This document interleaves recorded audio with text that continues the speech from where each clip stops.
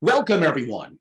I'm Angelo Robles, the founder and CEO at FamilyOffice Association and the host of the Angelo Robles podcast. Today, we're going to discuss AI. Is this the beginning of the end?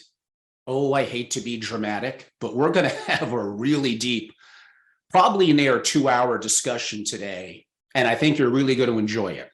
Our special guest is Dr. Craig Kaplan, the CEO and founder of IQ Company, a consulting company focused on artificial general intelligence.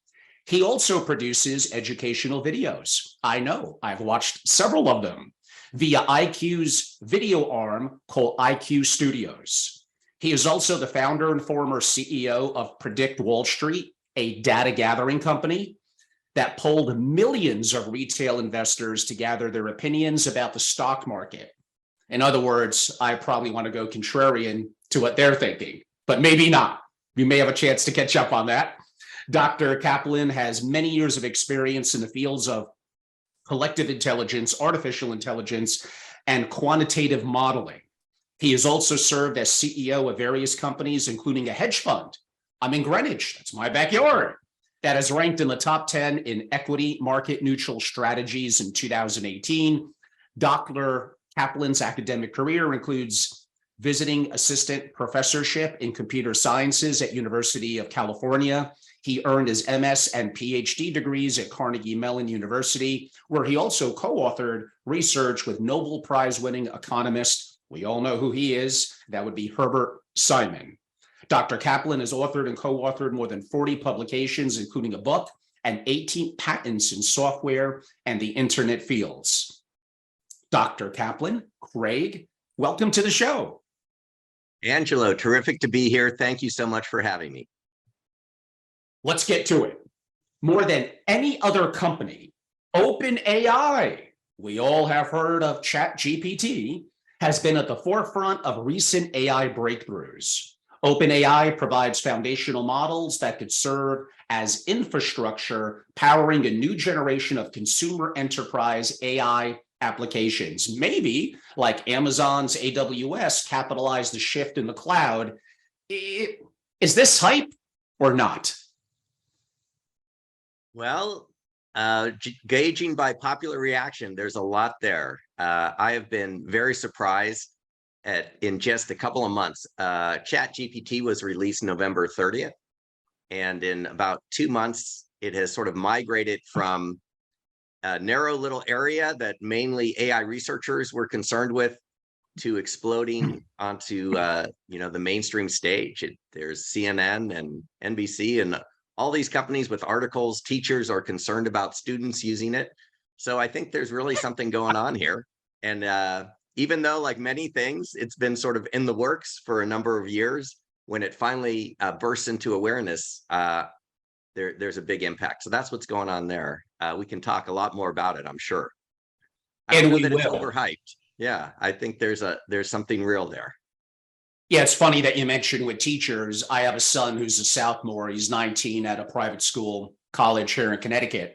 And yeah, you're already seeing like every student knows what it is. Practically, they're all using it.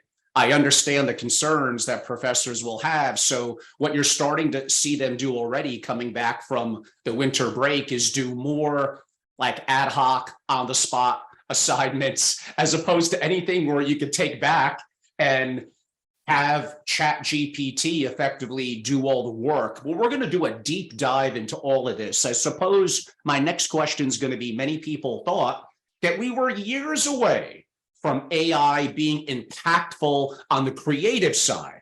We do know it's impactful from other perspectives, and even that's increasing rapidly. But ChatGPT has changed on the creative side.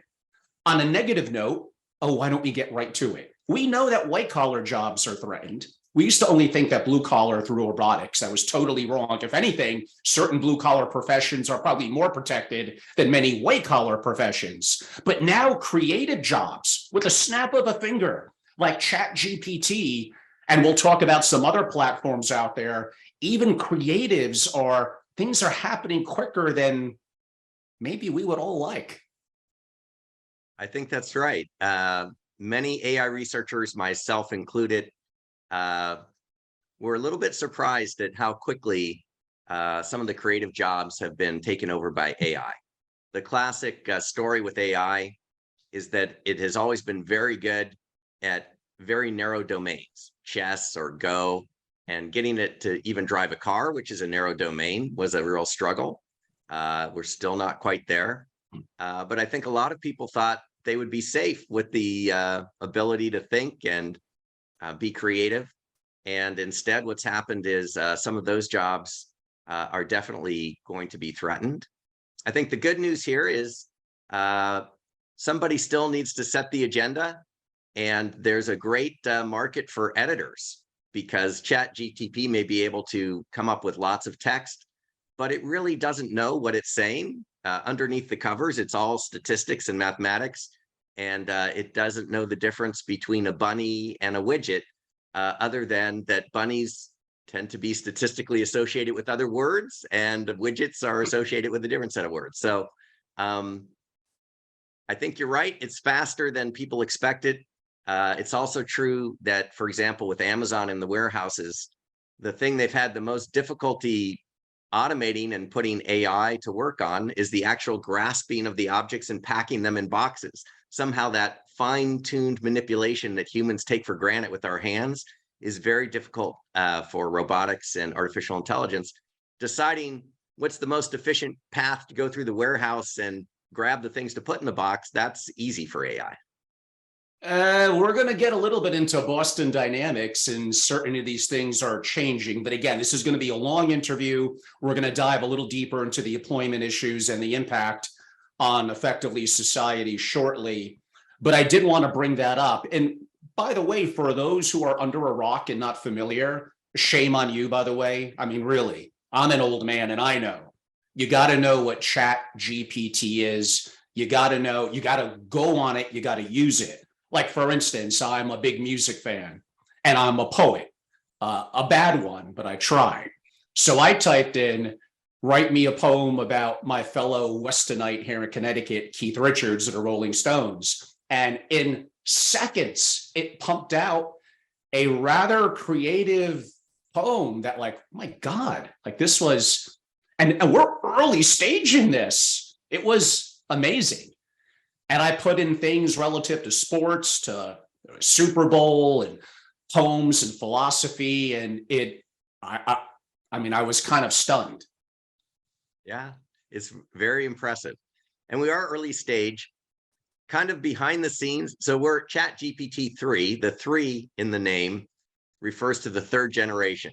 So there was an original GPT, a GPT 1 and 2, which were not quite as advanced. And what's happened is with each generation, they train it on more and more information. The current one, ChatGPT 3, is trained on 45 terabytes, which is essentially 3 Library of Congress's worth of info.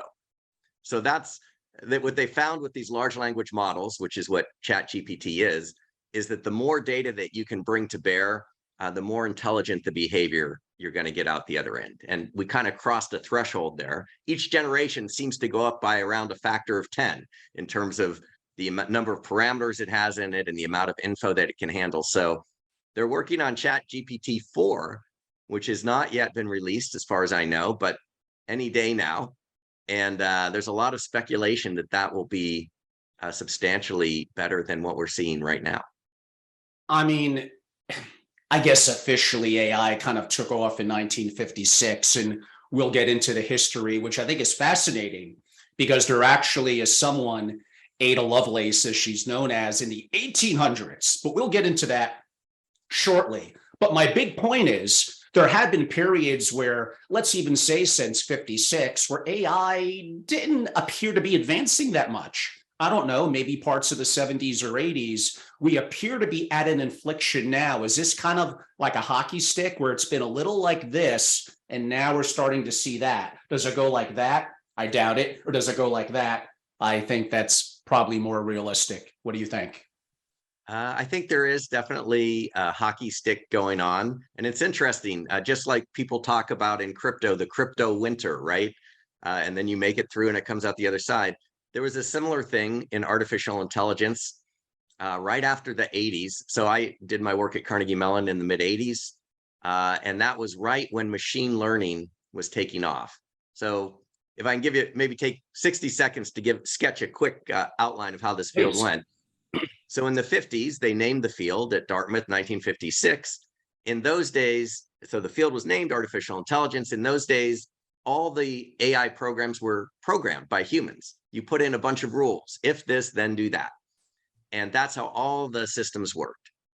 By the time we got to the 80s, people were really intrigued with machine learning. Why should we program the computer to be smart? Why not turn the computer loose and let it teach itself? And so I was lucky enough to be in some of those pioneering research groups that were doing the very first neural networks, where you basically train it up like the brain learns, and it adjusts the weights between the neurons, and it teaches itself. The problem was, which nobody really quite understood at the time, computers were just too slow. So what happened between the 80s and the 90s was kind of the AI winter, where everyone got all excited. In the 50s, they were like, we're going to have ChatGPT equivalent type stuff in 50 years, right? And that's my advisor, Herb Simon. That was his prediction, and he was off by a couple decades because there were some difficulties. And then the machine learning guys thought, okay, this is great. Once they teach themselves, that'll be it. Again, in the 90s, kind of had a slowdown, a winter. But then what happened was every year, Moore's law has been kicking in, right? Computing power is doubling every 18 months. And so the same algorithms that were there in the 80s, we had self-driving cars, believe it or not, at Carnegie Mellon in the 1980s. I used to go running in the park across from the building, and you'd see this giant van. It was moving about 2 inches an hour, and it was crammed full of, IBM PCs and video cameras. And it would see a leaf, and then it would stop, and it would wait for 10 minutes to figure out that's a leaf, and then it could go another 2 inches. That was the computing power. You could take that same van today with the same algorithms, don't even need to improve it that much, but just the faster computers, and that thing can whiz along at 30 miles an hour. So computing power increasing enabled machine learning to work, and that just kept doubling and doubling. And then finally you get into the last 5-10 years, and it's really taken off. So I think you're right. I think it is going to be more of a hockey stick from here. Although there are some things that could limit it. We may run out of data. I mean, you talk to the guys at OpenAI, and they mentioned that as a concern. They're already using a huge amount of data to train the systems. In order to get smarter systems, you need more data, more computing power, better algorithms. It's those three things. And they're already using a lot of the available data. So there's some challenges, but I think we're well on our way to a whole new world here. When we get into from a societal perspective, I want to make a shocking statement to the audience and comment on it, and we'll kind of come back deeper to it a little bit later. We'll hit a point probably somewhere in the coming years, I don't know, 5 to 20, where you could take the smartest person on earth, whatever, they have an IQ of 190. And what we're talking about in artificial intelligence may literally, I want this to sink in, maybe it's a grandiose statement, may literally be 1 trillion times smarter. Yeah, I don't think you're exaggerating there. And but very few people either see it. Most people don't see it. And I think some of the people that see it maybe are a little threatened by that. They don't want to mention it. Maybe my funding dries up. Maybe regulation comes in. But there's some real dangers there. I am absolutely convinced, having been in this field for several decades, that artificial intelligence will become smarter than the humans. It's inevitable. I see no way that cannot happen.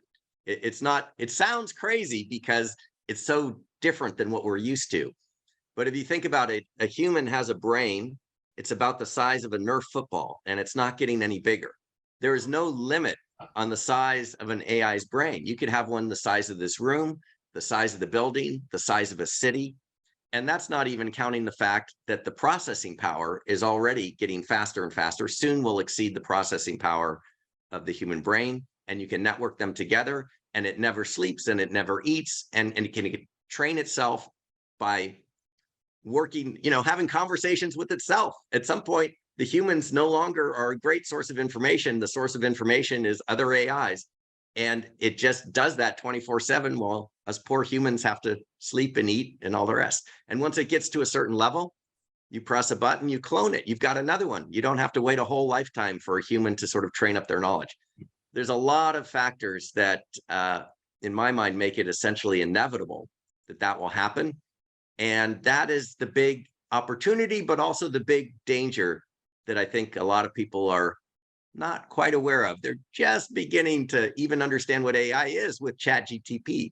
Before that, it's like, oh yeah, that's computer science. Now it's like, no, this changes everything for me. Oh, we're going to get into all of that, Craig. We're also going to get into how it impacts finance, how as a high net worth investor or family office, this is going to be specifically impactful to you. I have a 19-year-old, and many of you have young ones below 25. What are they going to do? What's going to be a profession for them? We're going to get into that. And at the end, we're even going to get into a little bit of personal stuff like the dynamics of AI, even from a human and a sexual perspective. So this will be a interesting conversation that's going to get actually rather deep. I'm not quite finished on ChatGPT yet. You have to pick one or the other. Don't give me a politically correct in between. Is ChatGPT the next kind of 90s Netscape, or the next, and I know it's kind of owned by Microsoft, but the next $1 trillion idea or company? Okay, I'll try my best not to waffle on this, but let me just say this. ChatGPT is one example of a class of systems. The class of systems is called large language models. We're all familiar with ChatGPT because OpenAI was relatively aggressive in putting it out to the public. DeepMind, owned by Google, projects at Microsoft, projects at Apple, projects at Amazon, they all have their own large language models. So even though ChatGPT is what we focus on because that's the one that we've been allowed to use, there's other ones that are potentially as good or even better. Will large language models, so I'll answer your question this way, will large language models be the next $1 trillion opportunity? Yes, unequivocal yes. But will it be ChatGPT versus one of the others? How that plays out, that I think remains to be seen. We've just seen the opening salvo here from one company. Related to that, what do you think? Well, we know what Microsoft's doing. They're buying. But what do you think Apple, Amazon, maybe more specifically Alphabet / Google, Facebook? I mean, they're probably a little afraid about, wow, this really took off faster than we thought. It's going to threaten our existing model, but we have some of this in-house already, and we're kind of bigger platforms, although arguably now with the Microsoft relationship, that's debatable. Will there be just one winner, or could there be multiple? It's a good question. In the short run, I think almost certainly there will be multiple. And I think what's going on, I'm speculating because I haven't had these conversations, what's going on in Google or Apple. We know, for example, Amazon, you have Alexa, that's based on a large language model. Apple has Siri, that's based on a large language model. They have future generations of those, certainly in research. And I think when somebody comes out with something like ChatGPT that captures the popular imagination and everybody starts using it, I think it puts a lot of pressure on these other companies to release what they have. For example, DeepMind, I really admire the CEO there, Demis Hassabis. I think he's fantastic. And one of the things I admire about him is even though they've made fantastic strides at DeepMind, protein folding, all kinds of things that can revolutionize healthcare, he is, of the folks that I know that are at that level, relatively cautious. He says, look, this is different than other technologies. The normal Silicon Valley method of let's move fast and break things is not what we should use with AI. It's too dangerous. So he's been very responsible. For all I know, DeepMind has something better than ChatGPT, but he's tried to be a little more cautious and careful about it. I think for better or worse, what happens when OpenAI releases ChatGPT is it puts the pressure on the other guys to start releasing what they have. And so I would be surprised if in the next year, at least, we don't see competitive products coming from these other large companies. Given you have a background in finance, I'm going to ask you a little bit of an unfair question. You could elect to give a very political answer to this one question only. We know Microsoft's involvement in the community and ChatGPT. We mentioned DeepMind and Google, Facebook.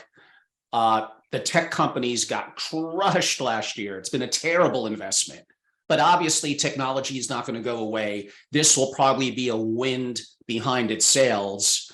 Others have variations of this already. What I'm basically trying to say, if you're a long-term perspective investor, would you still say that investing in the Microsofts, the Facebooks, the Amazons, the Apples, the Alphabets, it's probably not the worst investment in the world? Will one or two of them drop off the top 10? Probably. And there'll probably be others, maybe in biotech, that will replace it. But broadly speaking, do you think that investments in companies like that are likely still long-term strategic and logical? Yes. I mean, without giving investment advice, I'll just throw that out. I mean, I'm definitely overweight tech. The fact that the valuations got crushed to me was buying opportunity, but my time horizon is fairly long. I'm not trying to time things over the next year or two. I'm looking more at the, 3 is the short end, 5 I'm more comfortable with, and 10 I'm very comfortable with. I think all of those companies that you mentioned have good chances, and they all have a horse or multiple horses in this race. The one what you didn't mention was NVIDIA, which makes the chips. I mean, look, AI is powered by supercomputing. It's incredibly expensive in terms of computational power to train these models. You need the very best chips, and the company that's ahead of everybody on those high-end chips that are used to train AI is NVIDIA. And I've been following Jensen Huang, the CEO, for many years. I just have the highest respect for him. He was on AI. So it's one thing. And for those that aren't familiar, yeah. Craig, where do the vast majority of these chips come from? What country? So they're designed here in the US, but they're manufactured almost all of the vast majority is in Taiwan. TSMC, Yes, right, is exactly. manufacturing NVIDIA and everybody, which is why with the CHIPS Act and everything, Biden's now trying to bring it in and has brought it into Arizona, where they're going to open a new fab. Intel's investing in new fabs. I mean, it's very strategic. There's a whole dimension we could talk about with chip wars and so forth. But yeah, there's a little bit in Korea. Samsung makes some chips too, but it's really those two places. That's it. And that's why Taiwan, for those who don't know, which I'm sure is no one, why it is so interesting potentially how that's evolving and what's going on. I didn't know that what you mentioned about Biden. That's a good move. I'm going to try to be as politically correct as I could be here, but my audience knows me. You want me to be true to me. Finally, he did something good. My God. But yes, that would be good. Let's push that along. Okay, right. Now it's going to get me a lot of hate emails and text. Sorry. I don't like to spend a lot of time, no offense, Craig, even when I have whatever, Ray Dalio on backgrounds, because we could always go online and look that up. But this is such a unique topic, although I hinted at it when I briefly read your bio to begin. Give our audience maybe a little bit of an understanding as to why you chose to be active in AI, going back to your school days, of course, just a couple of years ago, and maybe a little bit from a career perspective. So I think I was always interested in intelligent systems, the human mind being the foremost intelligent system, and then what can you do with computers to make them intelligent? So that was from a pretty young age, my college days. I took an undergraduate course in neuroscience, and I was just fascinated. You had all these neurons, some of them excite other neurons, some of them inhibit, that sort of thing. And so when I decided to go to grad school, I just kind of applied to a bunch of places, looked around. At that time, Japan, I don't know if folks remember, was doing, this is in the early 80s, the 5th generation project. They were doing AI. It was when AI was rolling and it hadn't hit the winter yet. And everyone was worried that Japan would be the country that would overtake the US. And there were all these articles. So I was reading these and they kept mentioning Herbert Simon over at Carnegie Mellon. So I thought I need to go over there. And when I got in, I did get a chance to work with him and we co-authored research together. And he had invented what impressed me was way back at the very beginning, 1956. Okay, the field's just been born. There is no machine learning or anything. There's a conference, all these luminaries, John McCarthy and Marvin Minsky and so forth, come together, and they're all talking about AI. And there's Herb, and he shows up with a working AI program. He had built it. He with Cliff Shaw and Alan Newell, and their program proved theorems, mathematical theorems. But what was really interesting was, even though they programmed in the rules, it came up with a brand new theorem that wasn't in the book. The guys who wrote the book said, wow, we never thought of this way to prove this theorem, a brand new proof of a theorem, I should say. And so it was creative in 1956. And I realized, wow, eventually, someday, we're going to get towards what we're getting to now, and it's been a little bit longer than many of us thought. But so that was the AI interest. And then I think the Wall Street piece, I've always been entrepreneurial, and there's an opportunity to begin to apply new sets of data and collective intelligence I was interested in. Can you get millions of brains? Is there some knowledge in millions of retail investors that is not in a single retail investor? That was the idea. And as you correctly intuit it, there is knowledge there, but sometimes the knowledge is to do the opposite, right? There's a contrarian thing, but not always. And it turned a little bit more sophisticated than that. But nobody had gathered that much information from retail investors in real time. We had technology that was, we had partnered with Ameritrade and Schwab and all these retail brokers, and we were able to get people's opinions about individual stocks 24/7 coming in. We'd process it, generate signals. And that was a very fascinating application of collective intelligence. I basically picked it because it was the hardest problem out there, right? Everyone said it's impossible to beat the stock market. And then you look at who you're competing against. So it's a really tough problem. I figured if we can get any headway whatsoever, we'd learn a lot about intelligent systems in the process, which I think was true. And tell us a little bit, because you're not just a professor or someone who even is an entrepreneur in AI. You absolutely have deep understanding of family office issues, of investing, of generational family issues. And you have been active in the world of economics, macro investing, hedge funds, and quant. So we're going to get into all deeper dives in that, but give a little bit of context to our audience about your background in finance and how very much there's a strong intersection between AI and the world of finance. We're obviously seeing it with quant managers. I think that's right. I think the place where I see artificial intelligence having the biggest impact is in quantitative asset management.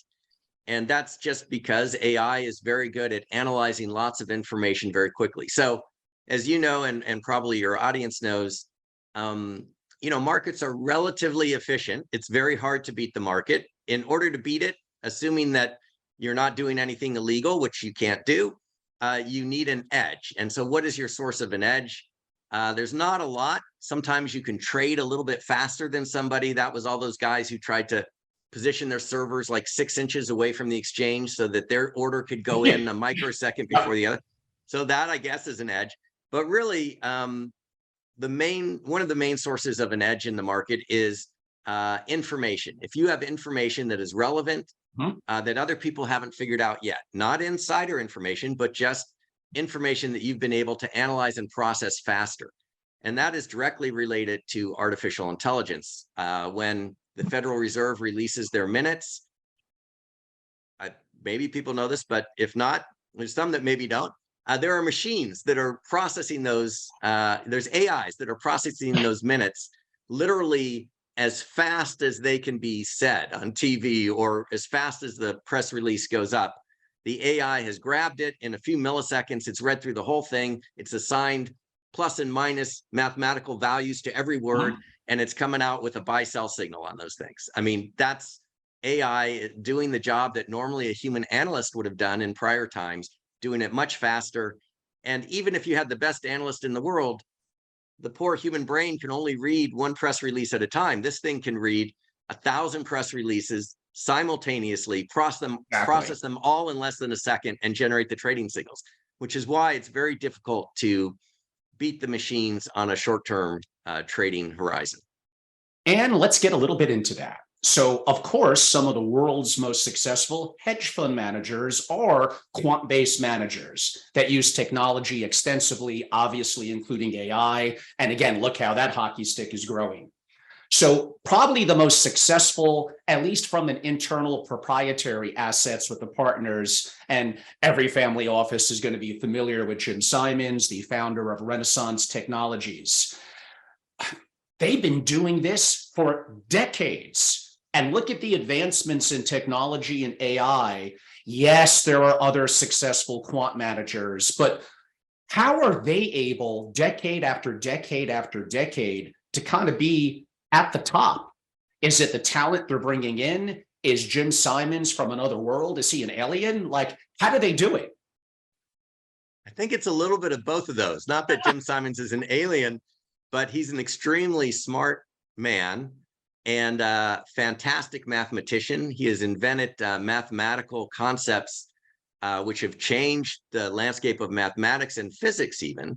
I remember hearing him talk about one of the things that he was most proud of was a certain type of math that he did, which he didn't know much about physics. He was just doing it as an interesting mathematical problem, along with another famous mathematician, Chern. So it's a Chern-Simons equations or formulation.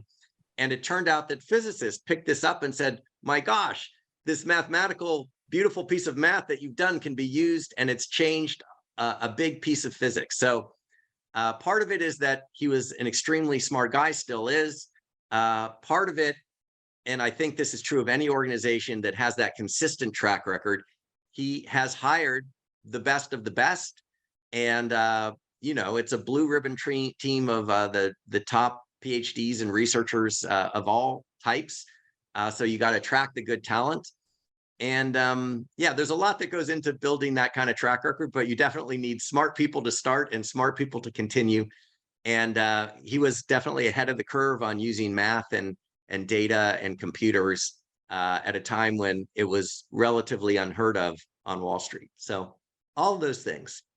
Is there any one thing that you would be allowed to feel free to be a little more open on that they're doing that works for them that others just haven't done? What is a little bit of their proprietary secret? I wish I could answer that. I can't really, not only because it's sensitive, but just because they don't share it. I mean, they're also, so there's another thing that they did really well, is they were very good at keeping the secret sauce. Some people have a secret sauce and it's really Thousand Island dressing. For these guys, no, I think they really do have some good math there, which I'm not sure I would understand, but they certainly weren't going to share it, and rightly so. They worked hard to develop that competitive advantage. We do know that Simons has somewhat of a background, including with the U.S. intelligence agencies going back decades and decades and decades ago. Given that what they do so well, do you think that the U.S. government has a strong relationship with them in a good way? I really have to say I don't know. I'm not sure that that would necessarily, that, you know, A would imply B there. In general, people who are working on cryptography, right? So Alan Turing was working on cryptography. Alan Turing, one of the fathers of artificial intelligence. Mm-hmm. So the fields of cryptography and mathematics are very closely related to artificial intelligence, very closely related to the types of things that quantitative managers do. So I think that's probably more likely, is that Simons was great at cryptography, and he was great at cryptography because he was great at math, and being great at math and cryptography helps you be really good at building a quant fund. I'm not sure there's anything secret with the US government there, but again, I wouldn't know that. Let's take a little bit of a step back and help the audience understand some of the origins, and we've hinted at it, of AI. So many of you may not be familiar with Augusta Ada King, somewhat known as, because of the Ada Lovelace from the English noble history, I guess you could say. But she lived a relatively short life, born in 1815, died when she was ballpark about 40. Talk a little bit about why that is kind of the original origin, arguably, of AI.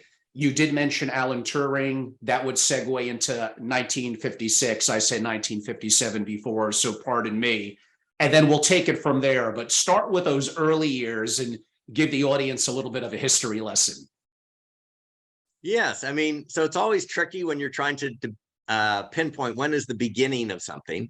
But Ada Lovelace is a great place to start. So that was around the 1840s. She was the daughter of Lord Byron, the poet. If you're a poet, you probably know Lord Byron. And you know, she was a little bit of an early feminist and a free thinker. She wasn't going to be put in her place. And in that sense, I think she's a fantastic role model for people today, because it turns out that computers and artificial intelligence and all these things that we're all using and that are changing the world in some ways can be traced back to the efforts of this very free thinking woman who lived in a society where that was not as accepted as it is today. What she did, there was a friend of the family, Charles Babbage, who had built something called an analytical engine. It was a mechanical computer with gears and all that sort of thing. No, not an electrical computer like we have, but one that, like a clockwork mechanism. And his idea was that this analytical engine, is what he called it, was going to be a computing, and it could do things that only humans could do, kind of the early idea of AI. What Ada Lovelace came up with was the idea that it could be programmed. So he had his engine, but he had no concept of programming. Arguably, she invented the idea of programming, for which we owe her a fantastic, tremendous debt. Did she do this with an education? Like how did she go to a school? Like they didn't have classes in computer sciences back then. I think she was pretty brilliant. You know, she was pretty brilliant, and she probably was exposed to different things.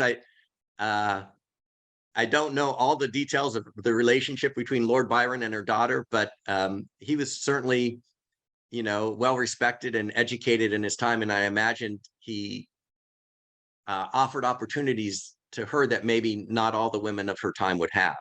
But still, she was just a brilliant. She loved math. She was really good at math. You know, brilliant individual. So that was around the 1840s. And then if you fast forward to 1940, you get Alan Turing. People may be familiar from the movie, you know, The Imitation Game, Enigma, breaking the German code, right? So that was cryptography using mathematics. And the way they broke that code was to use a computer. See, that was a new idea there. Computers, electronic computers, just beginning to come in their own. And then about 15, 16 years later, 1956, you have the Dartmouth Conference when the field is named. So there is a long history, and some people would take it back to Aristotle or something. I don't know if I'd go that far back, but yeah. Right. But in theory, you could. And then there was like I said, a little bit maybe of a lull. And then in the 90s, I believe it was the 90s, and it might have been due to chess, we started hearing about IBM's Watson, which I believe is still a significant program and embedded in certain corporate initiatives today. If you could talk a little bit about the origins of IBM's Watson, and then we can maybe go into a little bit of Google, DeepMind, et cetera. And that takes us kind of to today. Sure. So 1990s, actually, even before Watson, was Deep Blue, which beat Garry Kasparov. Yes. Who you may know is still active and still a very good chess player. Some would say one of the greatest chess players, if not the greatest that ever lived. Oh, for sure. And he was world champion. And it was a watershed moment when a machine, which was sponsored by IBM, some of the early work actually was done at Carnegie Mellon on earlier generation programs. But that chess program beat the world champion. All of a sudden, this human intelligence was sort of dethroned from what was considered to be one of the most challenging games, chess. And today, as you may know, there is no grand champion of chess anywhere that can hold a candle to the best AI programs. I mean, it's gotten to the point where, you know, they're banned from tournaments and so forth. And instead, what happens is the world chess champion, Magnus Carlsen, who's the current chess champion, he actually studies the games that are played by the computer. And amazingly, I mean, chess has been around a long time, right? Since the Middle Ages. There's certain classic moves in this position and that position. Well, the computer has no constraints the way the human mind does. Some of the ways that the computer wins are amazing, things that completely unlike a human. It just sort of moves all the pawns down the board and squishes you and squeezes the opponent like an anaconda till they can't move and they lose, right? And it's like, no human plays the game that way. So there's Magnus Carlsen studying the computer to try to up his game. That's where we are now. In terms of Watson, that came after, Deep Blue. And that was a little bit more challenging because chess, so the story of the evolution of AI and AI knocking off one domain after another where humans used to reign supreme and no longer, it was able to have success at very narrowly defined games where you could draw a box around it. Chessboard, 8x8, there's only 64 squares, there's only so many pieces, there's a huge combinatorial number of moves, but the rules of the game are very well defined. You know what the rules are. If you compare that at the other extreme to something like driving a car, where it could be hailing, it could be sleeting, your windshield could be fogged up, a little kid in a Halloween costume could run across the road and you don't know whether it's a child or a rabbit. There's so many unknowns there. It's much harder to deal with that kind of complexity. Jeopardy and Watson, which got famous when it won the championship for Jeopardy, that's kind of in between, right? There's more complexity in Jeopardy. The question could be on anything than there is in chess, but not so much as in driving a car, probably, amazingly. So there's been this evolution where AI is taking on bigger and bigger challenges in the sense that it's able to handle more and more complex problems. But still, the reason we're not at AGI right now, even though Chat GPT is seductive and it makes us think, wow, I'm talking to a person and this thing can write a press release better than me. Yeah, but it can't really tie its own shoes, and it can't do a lot of things. You can trick it into thinking 1 + 1 is 4. There's some things that make it really under the covers not quite as intelligent as it first seems. Oh, you're trying not to scare us, Craig. It's okay. But now we're going to get into some of the scary stuff. By the way, I know it's over 20 years old now. I do remember seeing it when it first came out, and I saw it again maybe 2 years ago. And I was kind of floored about how much I enjoyed it and about how that's probably the direction 100+ years from now I think things are probably going to look. But what did you think of the Spielberg movie AI? Oh, first of all, it's a beautiful movie. I'm a big Spielberg fan. He's fantastic. I've seen that movie several times. You know what I like about that movie that I think was way ahead of its time? And I don't even know whether he was aware of it. Maybe he was aware of it. We're going to talk about the future of AI, where it's going, and the scary stuff. Okay. And I hope that when we're done with that conversation, that we all have a appreciation for the central role of values in terms of our future, because we keep thinking that it's about the technology and it's a better technology and it can do more stuff. But at the end of the day, when you have a technology that's 1 trillion times smarter than a human, the human has no control over that technology. It comes down to the value system of that AI, of that entity. And if that value system is loving towards other humans, then things can be really, really good. And if it's not, things could be really, really bad. And in that movie AI, even though it was about AI and, the advanced technology and all that, the core of that movie was really about emotions and values and about love. That movie was a love story in a way. And so on that note, even though it's Hollywood and I know Hollywood loves love stories, I think he hit it right on the button. That is going to be what ends up being the end game, 10, 20, 30 years down the road here.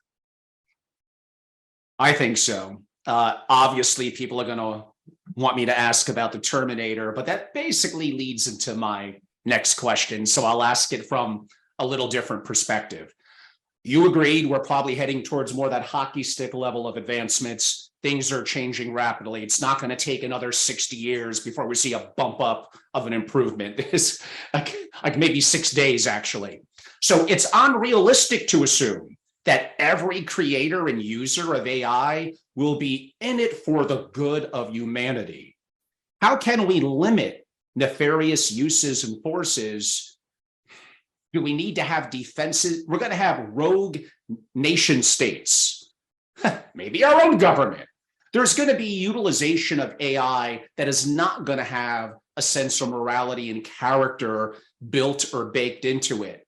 Among what, 10 billion people on Earth, even if there's one really smart person who's really, really bad, that could be enough.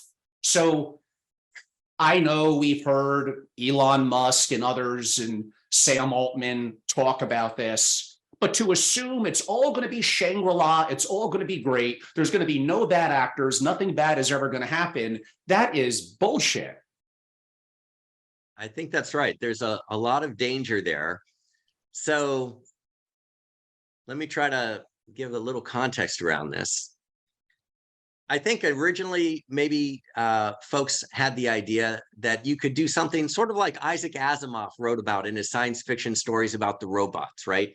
You have your 3 laws of robotics. A robot, cannot harm a human, and it can't allow a human to, be harmed through inaction. And as long as it doesn't conflict with those first 2 laws, it has to follow what the human says. And that was hard coded right into the robot and could not be changed. And that was the safety. Well, I think it's pretty obvious to most people that that isn't going to work. If you can program it in, you can program it out. And it's actually worse than that. You have essentially every advanced military on the planet right now is going, I guarantee you, is going as fast as they can to build killer AI. I mean, of course, that's their mission. Yes. Why put a soldier at risk when you can put a robot? So, and you mentioned Boston Dynamics, and you've seen what some of those robots can do. We're going to get to them. Yeah. So it is very, very scary.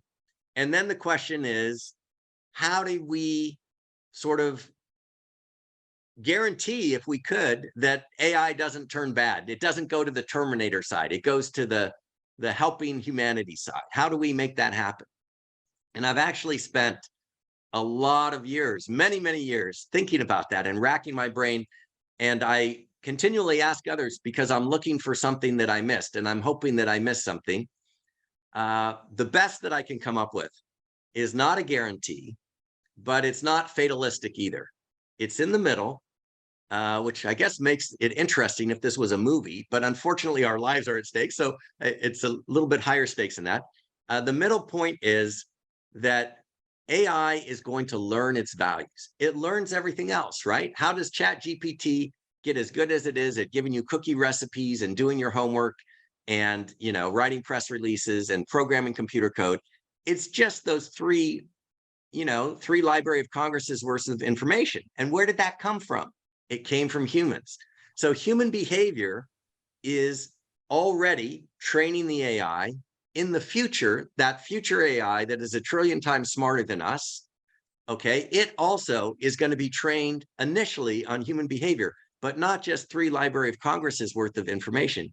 It will be trained on every text, every tweet, every email, every action that anybody takes, every Zoom call that we're having, all of that data.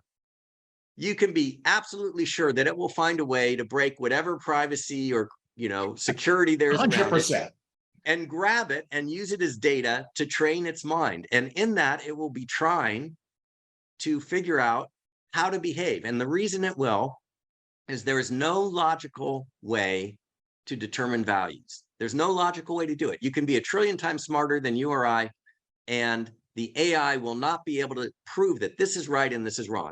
Those values have to be given somewhere. We get them, humans get them from our parents and our peers and our friends.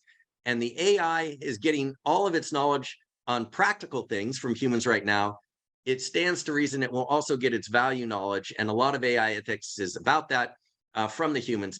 And so this all leads to a very interesting point, which is that you and I and how we behave actually can influence how that AI behaves in the future, because it will be learning. We are modeling right now, whether we realize it or not, the value system for the future AI.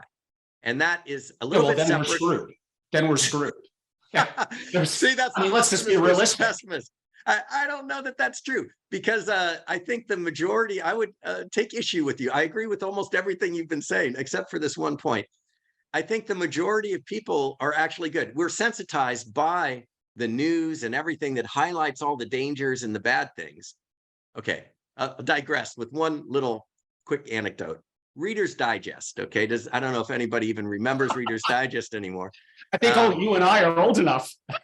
Right? Yeah, I never really was exposed to it. They did a study where they went to different cities with a wallet full of cash, and they threw it on the sidewalk and then hid and watched to see would the guy return the wallet or not. And it turned out that in the most crime-ridden cities, 50% of the time it was returned, and in other cities that were not full of crime, just a normal city, it was like 80 or 90% of the time. And yet, if you ask the people, do you think other guys would return the wallet? They all said, no, I don't think so. They're going to take the cash and run. But did you return the wallet? Yeah, I returned it. So it's like everybody thinks that the rest of the world is not quite as ethical as them. That was very hopeful to me. I think it doesn't have to be that there's no bad in the world for AI to learn good values. It just has to be that there's more good than bad. The preponderance has to be on the positive side. So I don't think we need perfection. There can still be wars, there can be empires, there can be all the horrible things that we have, but of oppression and so forth. But as long as that is counterbalanced by acts of love and kindness and compassion, and there's more of that, I think that will be enough. I hope you're right. I mean, many of the people I think live know that I have a big project I've been working on for years, kind of disaster prep for billionaires. At least that's my clickbaity title. I've done deep work on it for 2.5 years. I would say 10% of the people are really good. 10%, which is a lot when you look at 10 billion, are really bad. The other 80%, well, let's just say they live in New York City and we lose our electrical grid, access to food, supply chains, and water. The people that are a little on the fence could get really bad to protect their self-interest very quickly. Not a week or 2 weeks. I'm going to say 72 hours. So that's my concern. All it takes is maybe something to kind of go wrong with no access to food or water for a couple of days, and things could get really bad. Let's not dive too deeply into that aspect of it. I could go on. So I have done some research and I'm very intrigued by AI. I believe what I'm describing, kind of an end of the world, is known in the AI community as an alignment problem. We kind of already discussed it without using that terminology, but if you could define more scientifically what that means and what the experts are looking at from that perspective. A great question. Alignment problem sounds like, your steering's out of alignment. You take it into the shop and they just make a little adjustment. That's what I thought. Innocuous and innocent. It should be called the end of the world problem, because that's really what it is. The alignment problem basically is, what if the AI that's smarter than us? And what's interesting is you can see, videos of conferences or go to conferences, and there's Sam Altman, head of OpenAI that made ChatGPT, and Demis Hassabis, and all these leaders in AI.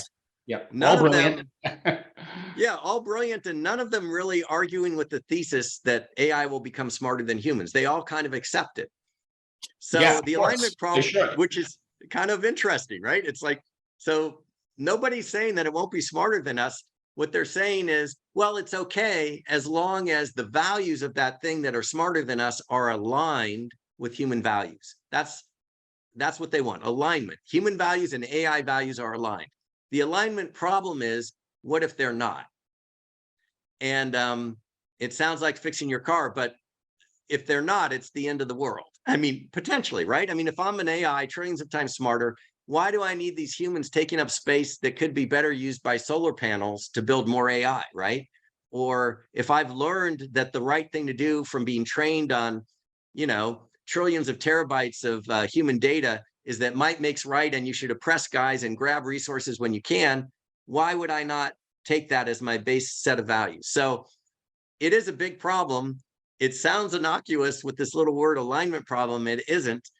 And what actually got me into doing YouTubes, and the reason we're having this conversation, is I realized that many of these leaders, I don't think any of them know how to solve it. And the answers they were giving, like some of the answers I've heard are, don't worry about it, the AI will figure it out. just scared the crap out of me. I said, no, that we need better than that. Humanity needs better than that. We need to start raising awareness now. And I do think there are things we can do, because I think AI is certainly not at that point yet where it's smarter than us. And I think there are ways to influence it to have positive ethics, and we need to be doing that. And everybody needs to be aware of that it's an issue, and we should be starting now, not waiting until, as you said, with the hockey stick. The thing about hockey sticks is if things double every day, the day before the day where it's the singularity, it was only half of the singularity, and you don't really see it coming. I mean, it happens really fast, right? So you nailed it, and you beat me to my next question. And I promise we're still going to get to more things on investing, finance, and for those under 25, or those that have children or grandchildren, about kind of what to do and how to make the world a better place and what's going to be a career and a profession. I promise this is a long form Joe Rogan-like interview. It takes time. We're getting there. I'd like to hope that everyone has heard of Ray Kurzweil. If not, please go look him up and understand him as the world's greatest futurist, that in our lifetimes, at least. He keeps on bringing up singularity, and he thinks it's going to happen. What does he say? Like the year 2029. 2029 is his number. So define singularity, and this is basically where the machines, AI, this is going to sound a little Terminator-like, are able to think. They're aware, for lack of a better word. Is this a bliss and amazing and helps us have the most prosperous world anyone who's ever lived has ever known? Or is this kind of the beginning of the end?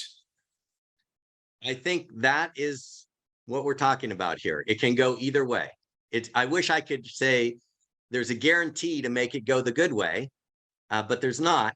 But it's also not guaranteed that it goes the bad way. In fact, I'm a little bit of an optimist, but I do think it's more likely than not it will go in a positive way. The problem is, more likely than not is not good enough odds when the stakes are humanity's survival. You want those odds as much in humanity's favor as possible. And being a quant guy and an investor, a lot of investment decisions are made. You don't know if the stock's going to go up or down. You just hope that you put the odds a little bit more in your favor when you make that purchase. I mean, I think Jim Simons once said in an interview, if Renaissance is right 51% of the time, they're doing fantastic, right? So that's just almost 50-50, just slightly. Well, we want the odds that we have a good outcome from AI to be as much in humanity's favor as possible. And that's kind of what we're trying to do. And I think the key leverage point on that is the values, because there's no way to stop the technology. There's no way to program the values in, absolutely. So we need to influence those values and shape those values in the way in which we take the path towards building that artificial general intelligence. In the path on the way to the singularity, what we do matters a lot. Okay, here's a little bit of my problem.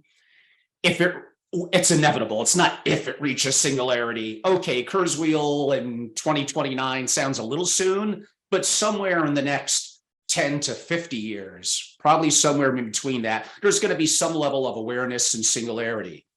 Both of us have said it's going to be 1 trillion times smarter than the average human. It's already showing some level of creativity in its processing, and that's going to only advance. It's going to look at us and say, like an ant, we're so inconsequential, we're taking up space and resources. Unless we become like pets or dogs in entertainment, like, what's the value in us being around? Well, so that's a good question. I mean, to your point, we do have pets and we love our pets, some of us, hopefully most of us. And, that's maybe not how we like to think of ourselves. We're used to being the alpha species here on the planet and calling the shots. And it's kind of humbling to think that there might be a time when our role is more like a pet. Hopefully, if that is the case, it's a pet that has a loving AI out there. I hope so. Now, I'm going to go a little nuclear on the audience. It's going to scare the hell out of my billionaires. This one always does. Nothing will be safe. Well, I have $1 billion in a bank account. Really? That's all digital.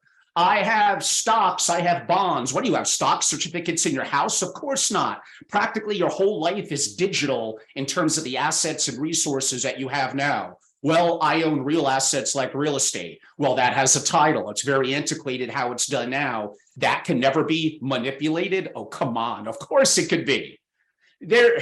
You could be worth $1 trillion now. And there will be a point in the future when that could be completely frozen or shut off or simply taken from you.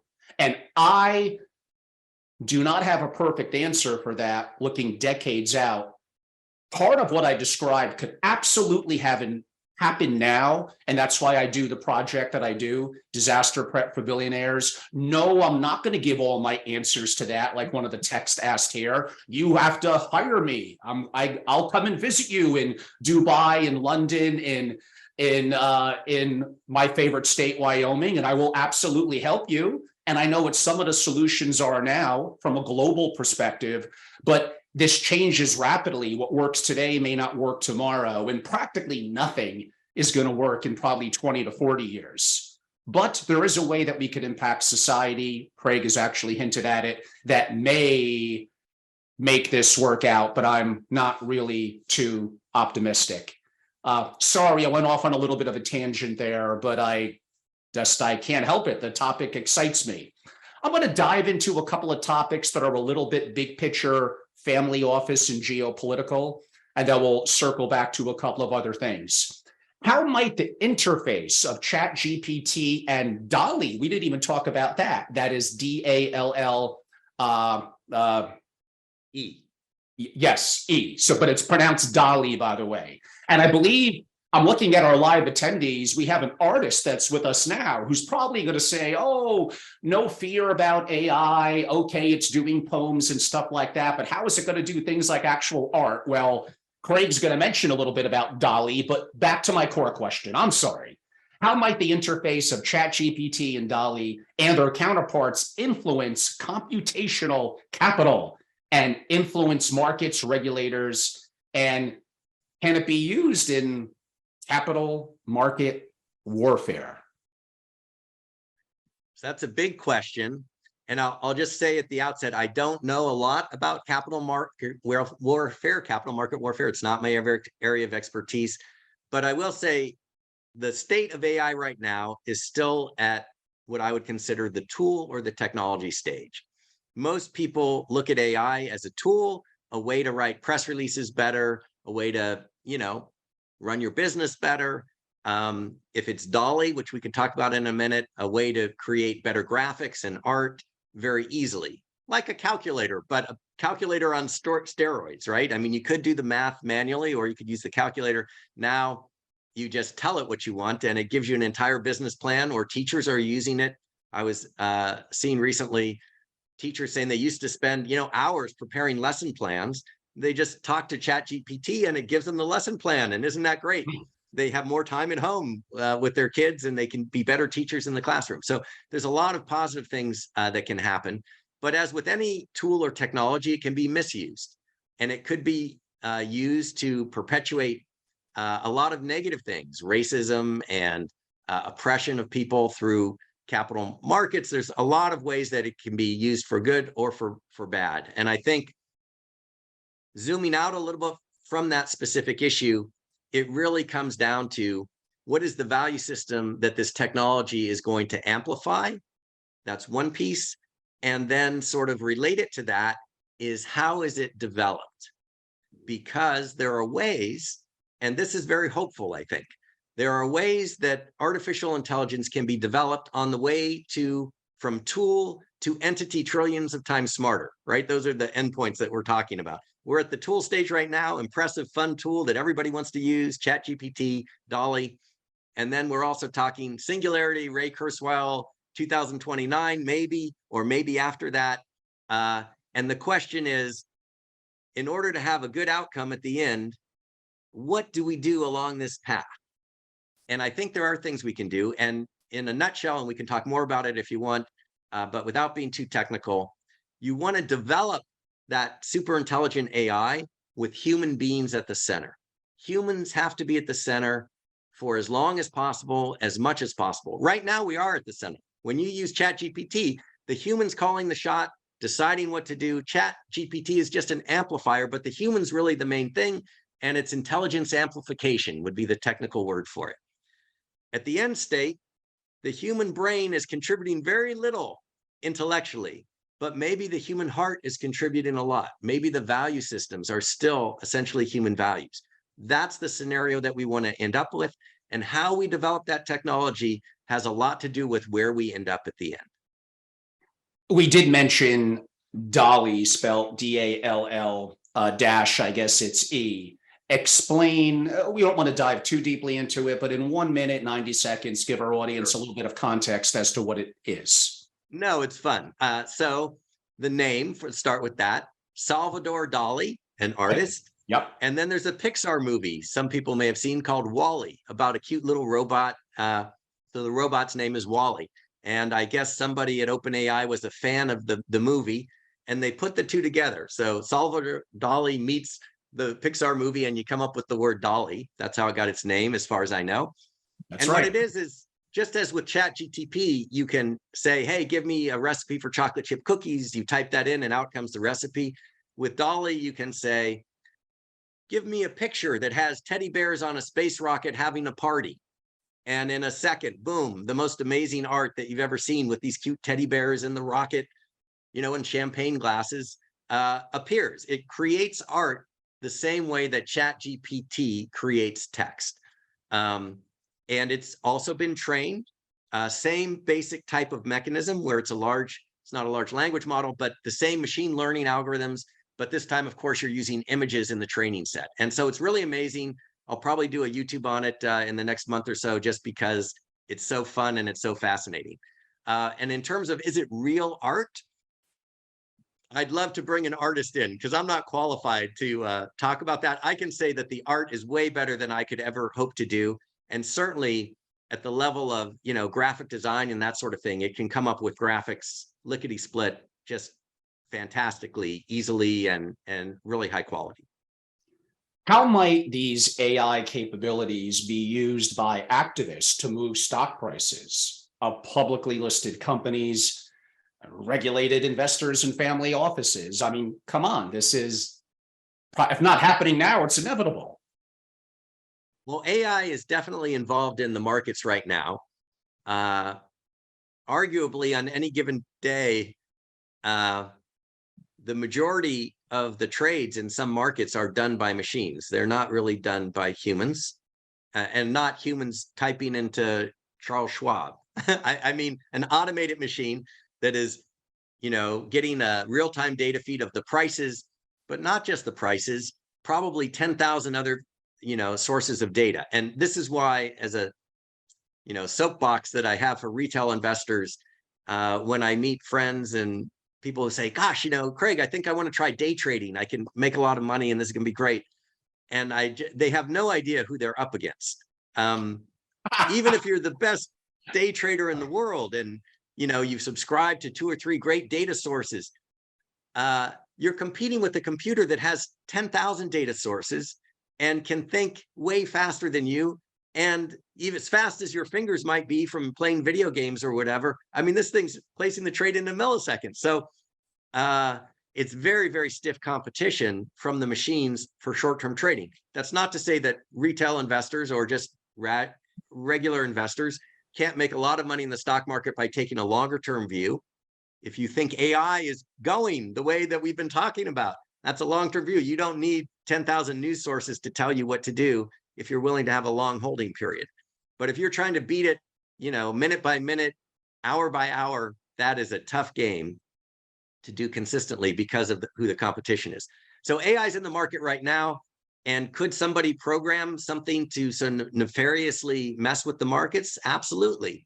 I mean, even without nefarious intent, we've had flash crashes and so forth that you may be aware of. And, the markets have circuit breakers. They try to recover. I feel generally good about the US markets. They're fairly robust. But yeah, definitely it's an issue. And I'm sure there's people that are watching this very, very closely. And some of our live audience is asking, yes, we are recording. Yes, will this be converted into both the YouTube and on my podcast platforms on Apple and Spotify, probably about a week or two from now, give or take a little bit. So I know probably what's going to be a little longer than a 2-hour interview. It's not easy, given we're in the middle of the day, for many of you to fully commit to it. But no worries, unless something goes wrong with the technology, it will be converted into my platform on YouTube and Spotify and Apple. Staying on that same theme, does the move to central bank digital currencies, and this is not going to be the time to do a deep dive into that. I do enough of that in my disaster prep thing. By the way, the one day inevitable of programmable money central bank digital currencies basically means you are screwed. I was going to use a harsher word. I may use it a little later. But back to my question, does the move to central bank digital currency high frequency capital allow for the counter to some of the market skewing capacities represented by the interface, arguably of ChatGPT, Dolly, maybe, and the capital markets? Well, let's see. I mean, I view, Bitcoin, Ethereum, digital currencies of all sorts right now as sort of another asset class, a way to diversify. That's my standard view of it. I own some of it for those reasons. I think there are potentially use cases that are much different than that in the future. I've written a white paper actually on a way to use digital currencies as part of a system that was kind of like an AI system, where it's an effective form of payment to sort of motivate humans. Because I'm interested in collective intelligence, I'm interested in systems that have millions of humans as well as AIs all cooperating in a larger intelligence. And to motivate the humans, you need a payment system. So there's ways to do that kind of thing. Beyond that, I probably can't comment too intelligently specifically on what you're saying, because I think that you may have in your past videos already answered some of those questions better than I would be able to say. Any specific comments relative to AI on high frequency trading? Yes, AI is going to rule if it doesn't already rule high frequency trading. And it probably has been dominating high frequency trading at least for the last 10 years that I'm aware of, since I've been involved in the markets. There are companies that will sell you the technology to analyze news feeds really, really quickly, generate trading signals. And there's many sources of data besides news feeds. There's people have probably heard about satellite photos counting the cars in the parking lot, right? So you want to figure out, how's Walmart going to do? Well, let's get those satellite photos. Let's run it through an AI, and it will detect slight differences in the number of cars, and it will use an algorithm to try to figure out what that's going to mean for earnings, right? So these are things that humans could do, but it would be very, very laborious. The AI can do it very, very quickly. And as soon as that data is available, the turnaround time is so quick that you can actually do high frequency trading off of some of those things. And that's not even counting sort of what's been going on for many, many years, which is looking at price fluctuations, volume fluctuations, processing all that information very quickly with mathematical algorithms, and then placing trades based on that. So should multi-billion-dollar families create units that are actively investing in AI, onboarding talent that is from high-level schools, getting access and resources, and inevitably or eventually developing their own kind of internal trading or high-frequency trading outfit? I know this is Angelo, the rich getting richer, but I guess that's what I do. Hopefully they get back to society and it's beneficial from taxes and other perspectives. Right. Well, that's a buy versus build decision in my mind. I mean, you could go out. I guess it's hard to get into Renaissance right now. Well, although I think some of their funds may be open, and there's certainly but their partner one is the one that does great. Yeah, right. Well, and Jim Simon's foundation. I think, there are some funds that are closed, but there certainly are many very good quant funds that are open to investment. And So I don't know how many billions we're talking about or trillions, but there might be a point at which it makes sense to build your own. It will be quite expensive to make it competitive with the guys who that's their business and they're raising outside assets. The simpler way, if you only have a couple billion, would be to diversify across the best of the best in the quant funds and have that be a portion of your portfolio. And you also have, an all-weather portfolio. I mean, this is standard investing stuff. But yes, I mean, if you had enough money and you wanted to go that route, you could do it. It would be sort of the Elon Musk way of doing things, right? Where you say, yes, NVIDIA makes chips, but you know what? Even though I'm doing 5 other companies, I'm going to build my own chips too and compete with NVIDIA. Maybe that works if you're a super duper engineer, but usually it's going to cost you a lot of money to be effective that way. Let's see how I can phrase my next question. As usual, it probably won't make sense. Does this mean that corporations, investment banks, investment firms, family offices will need to operate on, let's say, blockchain platforms, which allow for high frequency capital adaptation in order to keep up with the threats from AI-based attacks from nefarious forces? I mean, I guess this is almost a cybersecurity centric question.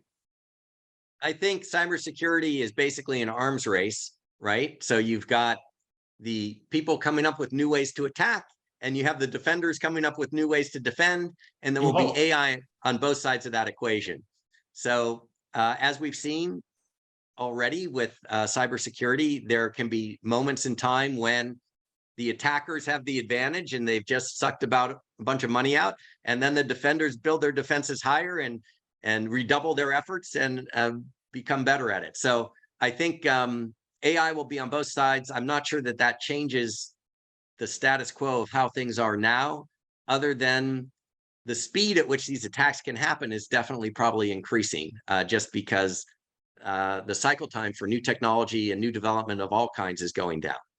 Well, Craig, who knows? I might be able to get you a consulting assignment to a multi-billion-dollar family office. And I'm assuming this will be one of the questions they'll broadly ask if you could give a extremely high-level overview. Craig, what must family offices do to remain competitive and secure, that's the key word, in an ever-accelerating AI-powered culture, specifically financial culture? Well, let's see. I think I'm going to give a general answer to this first, because I do think that this is probably the right one, although it may not be the one that people would like to hear. It's kind of like that scenario where you have Elon Musk says, let's go to Mars and colonize Mars. And Jeff Bezos says, yes, that's a great idea. But, we've looked at the solar system and Mars is nowhere close to Earth. Earth is the best planet we have. We'd be better off putting our resource into making that planet better. So in some sense, I think where we are with AI is kind of like that. There are approaches to try to build firewalls and to wall off and protect yourself. But I don't know in the long run, maybe not in the short run, but in the long run, that there's a lot of places to hide if things go bad. I think our efforts are much better spent trying to make things don't go bad. And, I have a quality control background way back when in IBM. I wrote a book on software quality, and I could distill, years of research into one little aphorism, I guess. An ounce of prevention is worth a pound of cure. And that's where we are with AI. We have the chance right now to do the ounce of prevention. Let's do it. There may be some ways that are very expensive that only partially work, that are the pound of cure, but we're not stuck there yet. So I'm hesitant to sort of spend too much time on that, I guess. And also, I quite frankly kind of believe that in the end game, maybe not in the medium term, but in the end game, I'm not sure that there's anything that could be a cure if things go really, really bad, So we really need to avoid that scenario. I'll stay on the investing theme a little bit longer, then we'll segue into other stuff. Microsoft, obviously very involved in ChatGPT. So here's what you have to have great respect about Microsoft. Look back at the Fortune 10 companies, the 10 largest companies in the world 30 years ago. One of them is still standing, Microsoft. Look at it 20 years ago. One of them is only still standing in the top 10, Microsoft. Look at it from 2020. One of them is still standing, going back decades ago, and that's Microsoft. In other words, they have wonderful leadership. They're incredibly globally interconnected. If you had to take a guess, and I know it's not financial advice, and we did go down this path a little bit earlier, but looking 10 years out from today and even 20 years out, do you think that Microsoft will still likely be a Fortune 10 company? So again, not financial advice, but I own a chunk of Microsoft. It's one of my top 10 holdings. So I guess the answer is probably yes. I mean, I think they are a well-run company. I think they have great leadership. Sometimes they're a little slow to develop things themselves, but then they could buy it. It's okay. Right. They seem to find a way to buy it. So Bing is not anybody's favorite search engine, as far as I know. And Right. I'm sure that has been a thorn in their side and annoys them no end. And yet here they are going after, a significant stake in OpenAI, the maker of ChatGPT. And I think it's pretty easy to see that if they were to take ChatGPT and use that to soup up their search engine or to modify it, all of a sudden they're competitive instantly with Google. On the other hand, Google also has its large language model. Just because it hasn't rolled it out doesn't mean that they don't have it. And so it's an open question of how that will all play out. But certainly they're in there, and they're one of my holdings because they're a well-run business and they understand the importance of AI. A lot of what I do is I listen to what the CEOs say in their annual reports and on their earnings calls, and I look not so much at the particular earnings and the results that they're doing, because my time horizon is longer than that. I don't care if they lost money this year, if the guy has the right vision and they seem to be able to execute. And so Microsoft seems to have the right vision. I would concur. And my next question is, as an ultra wealthy family office investor, seeing that AI is inevitable, I want to profit from it. Okay, I could invest in some of the tech companies, Microsoft being one. That's going to give me some exposure. Maybe I'm active in Silicon Valley and other VC firms that have a bit of a focus on that. I did mention earlier, effectively building your own prop desk, so to speak, dedicated to high frequency trading. I mean, I guess I'm checking the box potentially on all three, but what else am I missing? Obviously, investing as an LP and a quant manager would be another. What am I leaving out that's a way for an ultra high net worth investor to be active in the community, them believing it's going to grow and it simply is going to make a good sector, for lack of a better word, to have as an asset class? It's a good question. It's a very good question. So investing generally, the thing that is that people don't pay enough attention to is risk management. That's in my experience. Everyone's always focused on the upside, and actually the best investors they don't worry as much about that as they worry about risk management, diversification, how they're hedging things. So I just want to put that out as a disclaimer that that's probably going to be a major piece. In terms of AI specifically and what companies, sectors would profit from the rise of AI, as we maybe can call it. I mean, I look at it in a pretty standard vanilla way, which is, there's the guys that are making the picks and shovels for the gold rush, and then there's the gold miners, and there's the people who are refining the gold. You kind of look at the value chain there. On the picks and shovels end, you've got companies like NVIDIA and the chip companies, because every single AI model has to use deep learning. It's very computationally expensive. It's very dependent on the chips. Then you have the companies, I would put Google, especially with DeepMind, but they also have their own research group, OpenAI, Microsoft, to some degree, Facebook. These guys are building the next level up, where they're building products on top of the chips. They're building the AI products themselves. Then here's one that probably might be some value add, because I'm not sure I've seen much recognition of this fact that I'm about to say. If you think about what are the likely paths for training AI. So we all know AI, to get smarter, has to be trained, right? It needs knowledge. And in the short run, that knowledge is going to come from humans, right? So those companies that have more access to human brain power, and particularly more access to human brain power where it's easy to suck the knowledge out of the human brain, they have an advantage in this game. So let me give you some concrete examples without giving investment advice. When I look at a company like Facebook, you can say, well, or Meta, I should say. So used to calling it Facebook, FB, stock symbol. So Zuckerberg's all in on Metaverse, right? Well, if you think about the Metaverse, Yes. that is human beings coming in to the domain of AI, right? AI lives in the Metaverse. AI lives in a computerized environment. And right now, most human activity happens outside of that. Still, we go shopping, we wander around outside in the real world. Maybe someday there's sensors everywhere recording everything we do.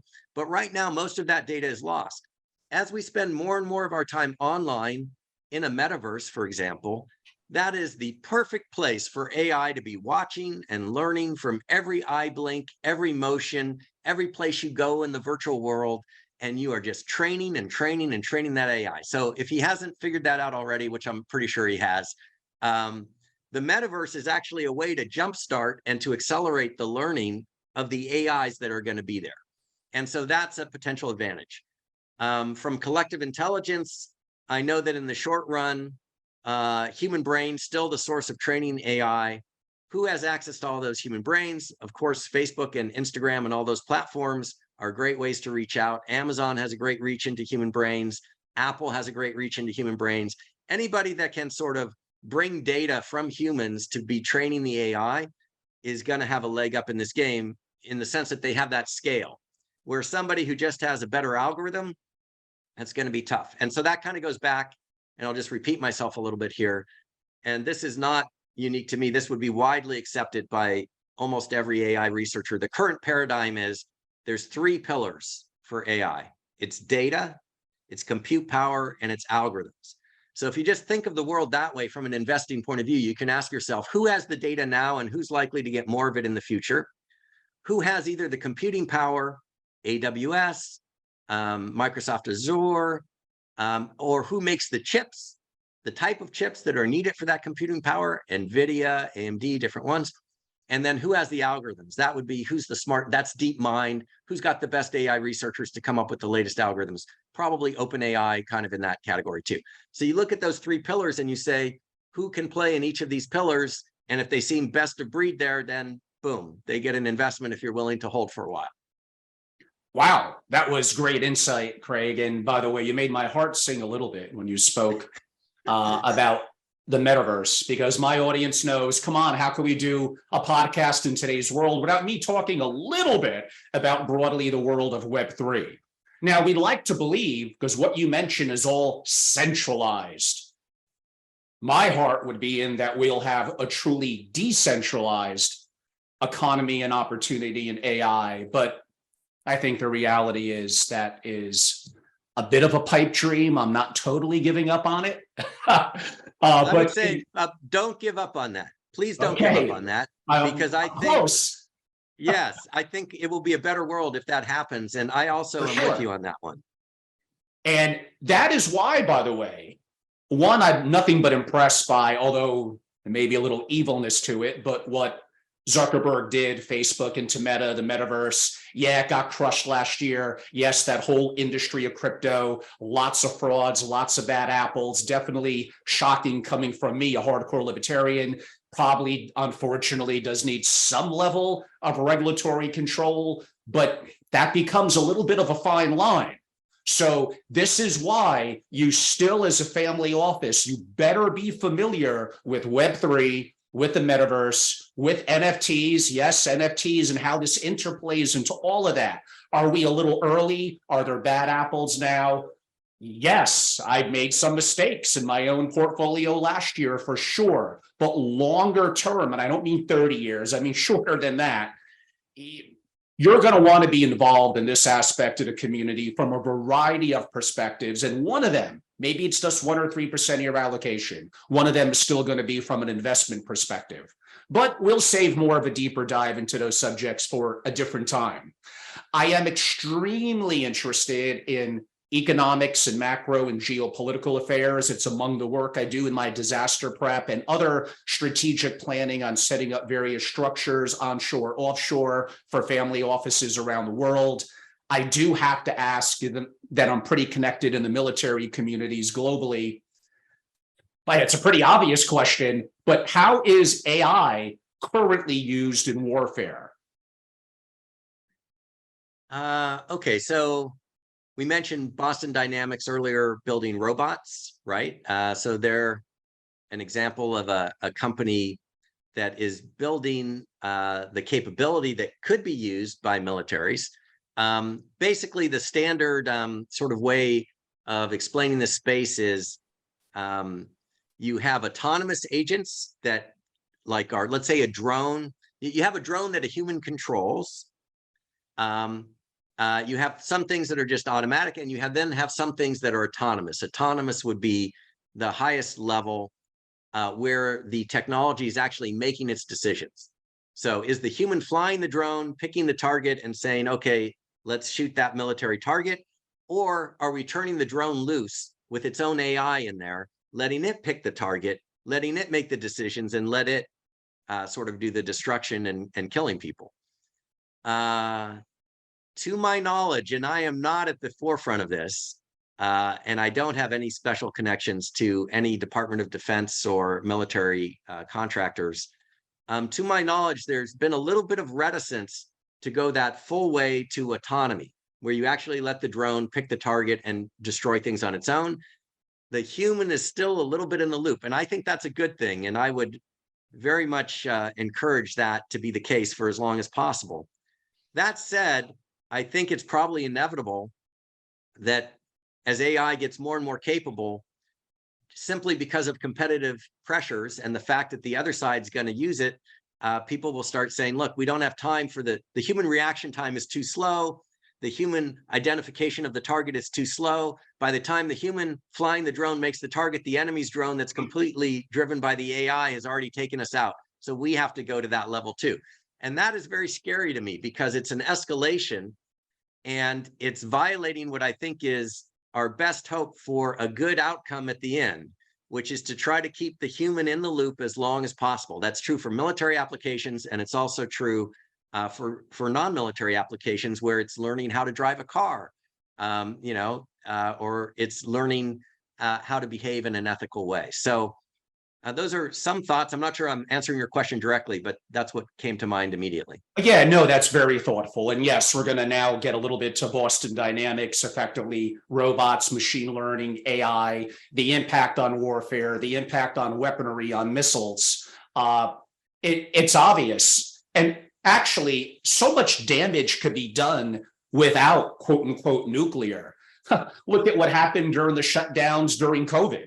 So biological warfare, damaging our water supply, cyber attack, closing down electrical grids. I mentioned earlier, no electricity, no access to banks, if that's the case, no light, quote unquote, at night, lack of supply chains coming in. You have chaos, in my opinion, in 3 days. So the future of war is going to be more and more fought where it's not necessarily going to be per se, although it's looking pretty bad now with nuclear potential for this year. With nukes per se, it's going to be through devastating countries and through a variety of different ways that even you don't have to be a giant superpower. You just have to be enough of the right smart people who are nefarious, who have access to certain resources, and you could do so much trouble.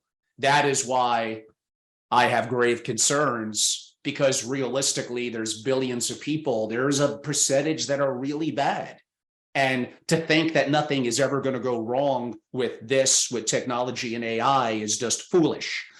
For those of you that have not seen what me and Craig mentioned, go online and look up Boston Dynamics. So I became familiar with them about 2 years ago. I attended Art Basel, Miami, and I saw a wonderful artist lady, I'm forgetting her name now, but she had effectively a mechanical dog. That was what Boston Dynamics first came out with. I then invited her and rightfully so. She's amazing, to one of my events, and she brought this mechanical dog in, controlling it. And I think half my audience was in awe and half of it was scared to death.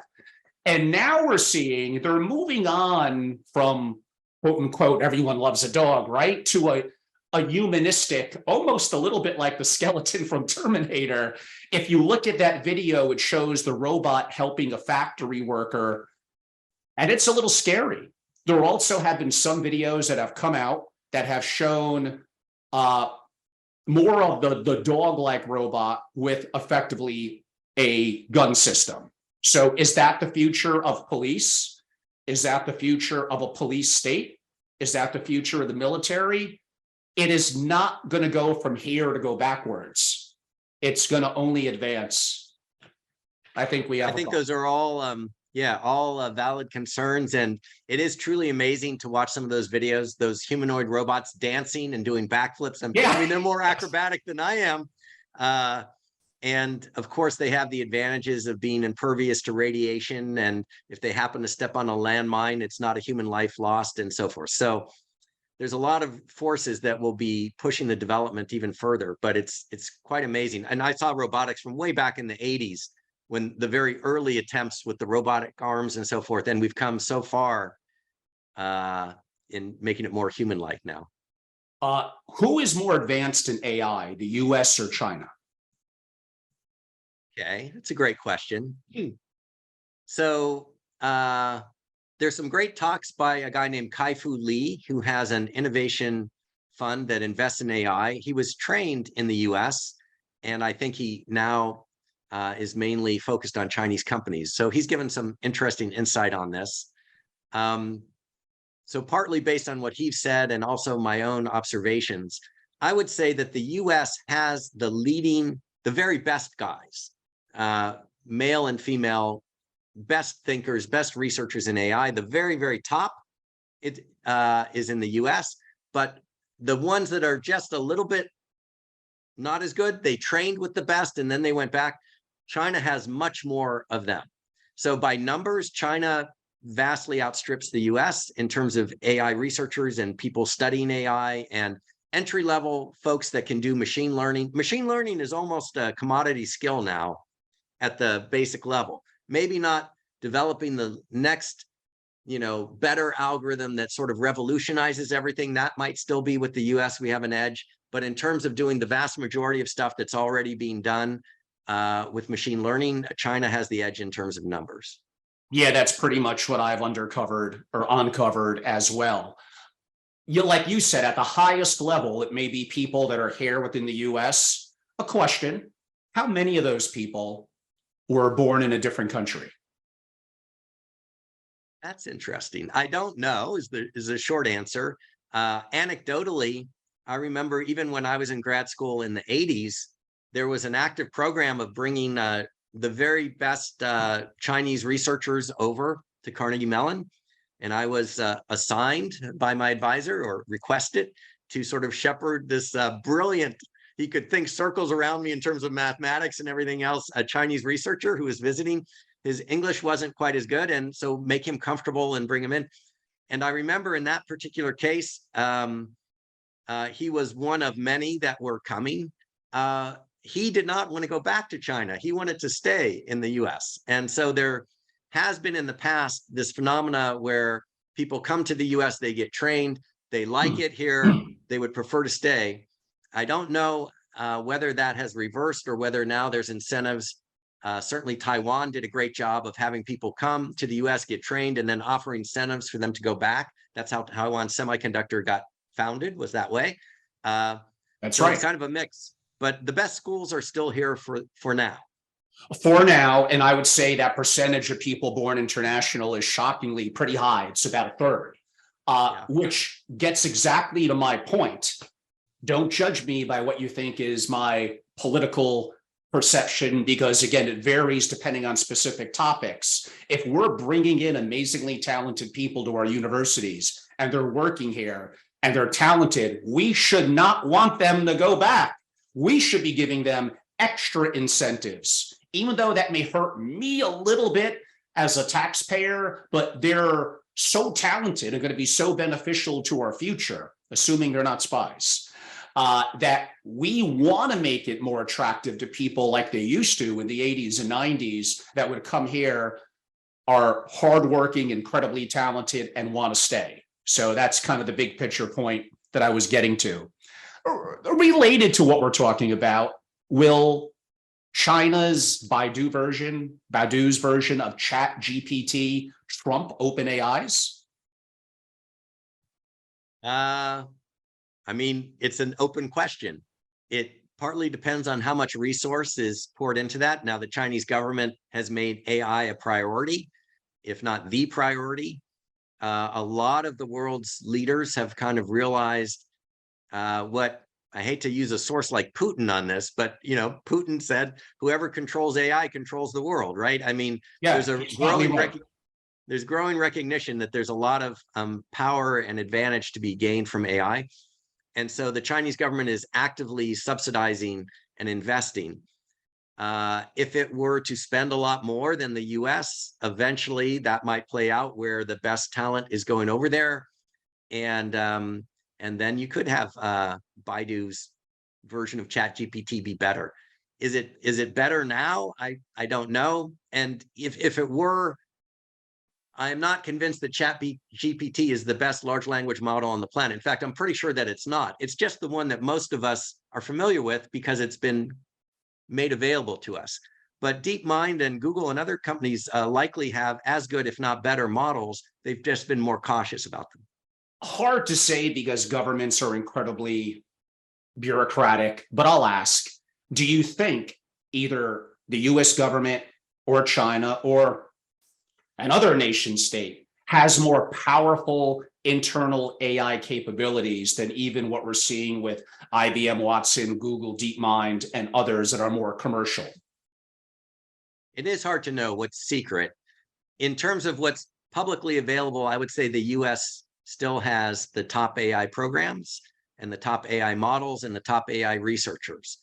But it's something that could change very easily. And a lot of it does depend on the investment and the resource and the attention that's spent on it.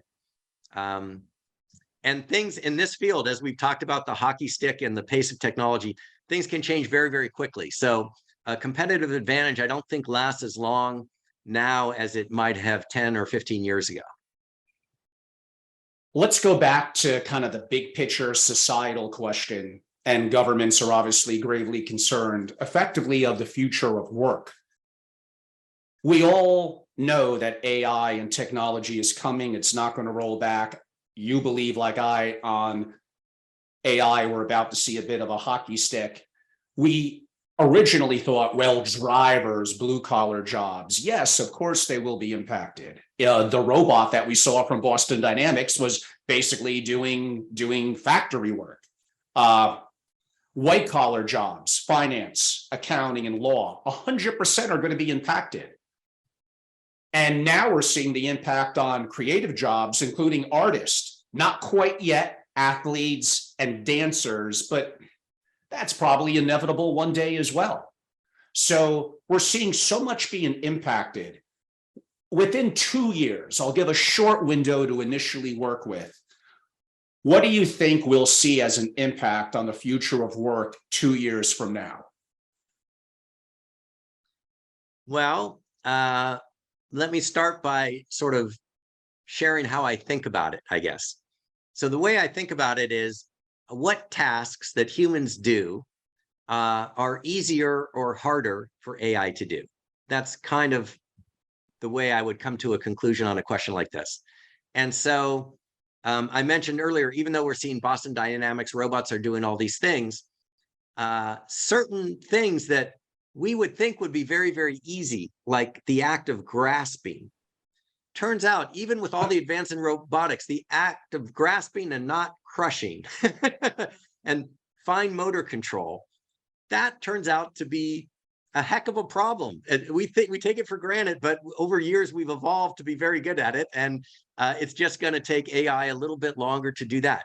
Something that we might have thought was highly intellectual and far above simply picking up a chopstick analyzing a news report and making a stock trade, that actually might be easier for AI to do because Yes, it's all digital, right? So 100%. I think that's the way to think about it, is to try to get a sense of what tasks are, harder to do, which are easier to do, and where are we in that domain. In terms of, so that's a general comment. In terms of the specific things, what jobs will be impacted, I think, as we've seen with ChatGPT, a lot of sort of the routine, a way to think of it is if it's repetitive, it's intellectual, but it's more or less repetitive, AI is going to do it better. The intellectual part is easy because AI doesn't have to have robot arms and fancy sensors and deal with all those real world physics that turn out to be much harder than you would think. Everything is abstract. It's symbols and it's words, and those are easy to manipulate. And then if you're using the same pattern over and over again, I have a friend who's a marketing person and writes press releases, and she's not thrilled with her job. And she says, yeah, I'm doing the same stuff. Well, yeah, AI is going to be able to do that probably as well as she can in terms of producing the words. But then the decisions of when to do what and why you're doing it and setting the goals and those sort of things, that I think will be a little bit farther out. Humans will still be doing that. Editing in the sense of, is this saying it the way that I want to say it?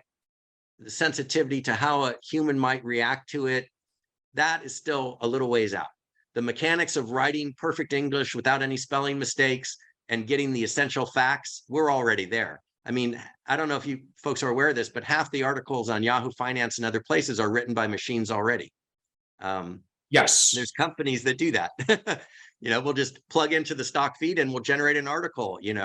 Microsoft did better than the other stocks today. That one was written by a machine. I mean, if you're a doctor or in med school, I don't know, maybe it's just me as an amateur looking in. Do you really probably want to be a radiologist? The reality is you're probably not going to be able to keep pace with AI. Now, does someone need to monitor that to be a second set of eyes? Sure, for now.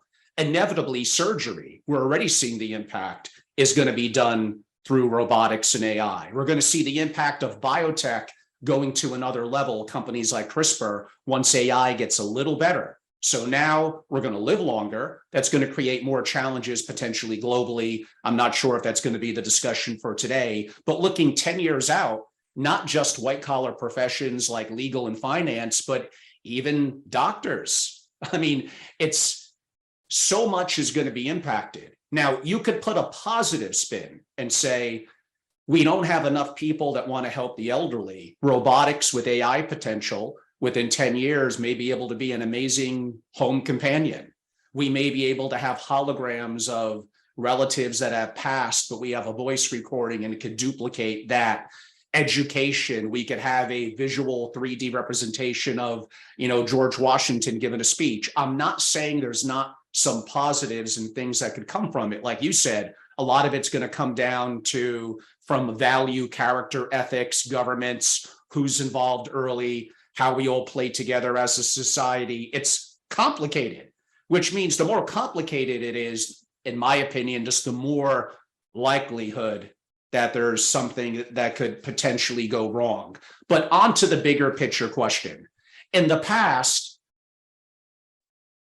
the advancements in industry, mechanical, and technology, yes, there have been people that said, oh, God, we're doomed, and more jobs were created. And in theory, the world got better. It appears different this time. And I know we should always be careful about saying that. Will there be new things that will be created? Probably. Is it going to match for the number of people being displaced? Probably not. And then this creates an issue with society. The top 1% will never win because they won't have the voting power, and there'll be chaos. There'll be riots. They won't accept not having food and shelter. So therefore, is it inevitable? You know the direction that I'm going. Whether I like it or not, inevitable that we will likely need to have some form of universal base income. That's an interesting question. And a number of people have said, yes, for sure, that's coming. If it does come, I think there will be enough value created by AI and some of these other technologies that we could pay for it easily. So I'm not sure it will be a big financial drain if that were to happen.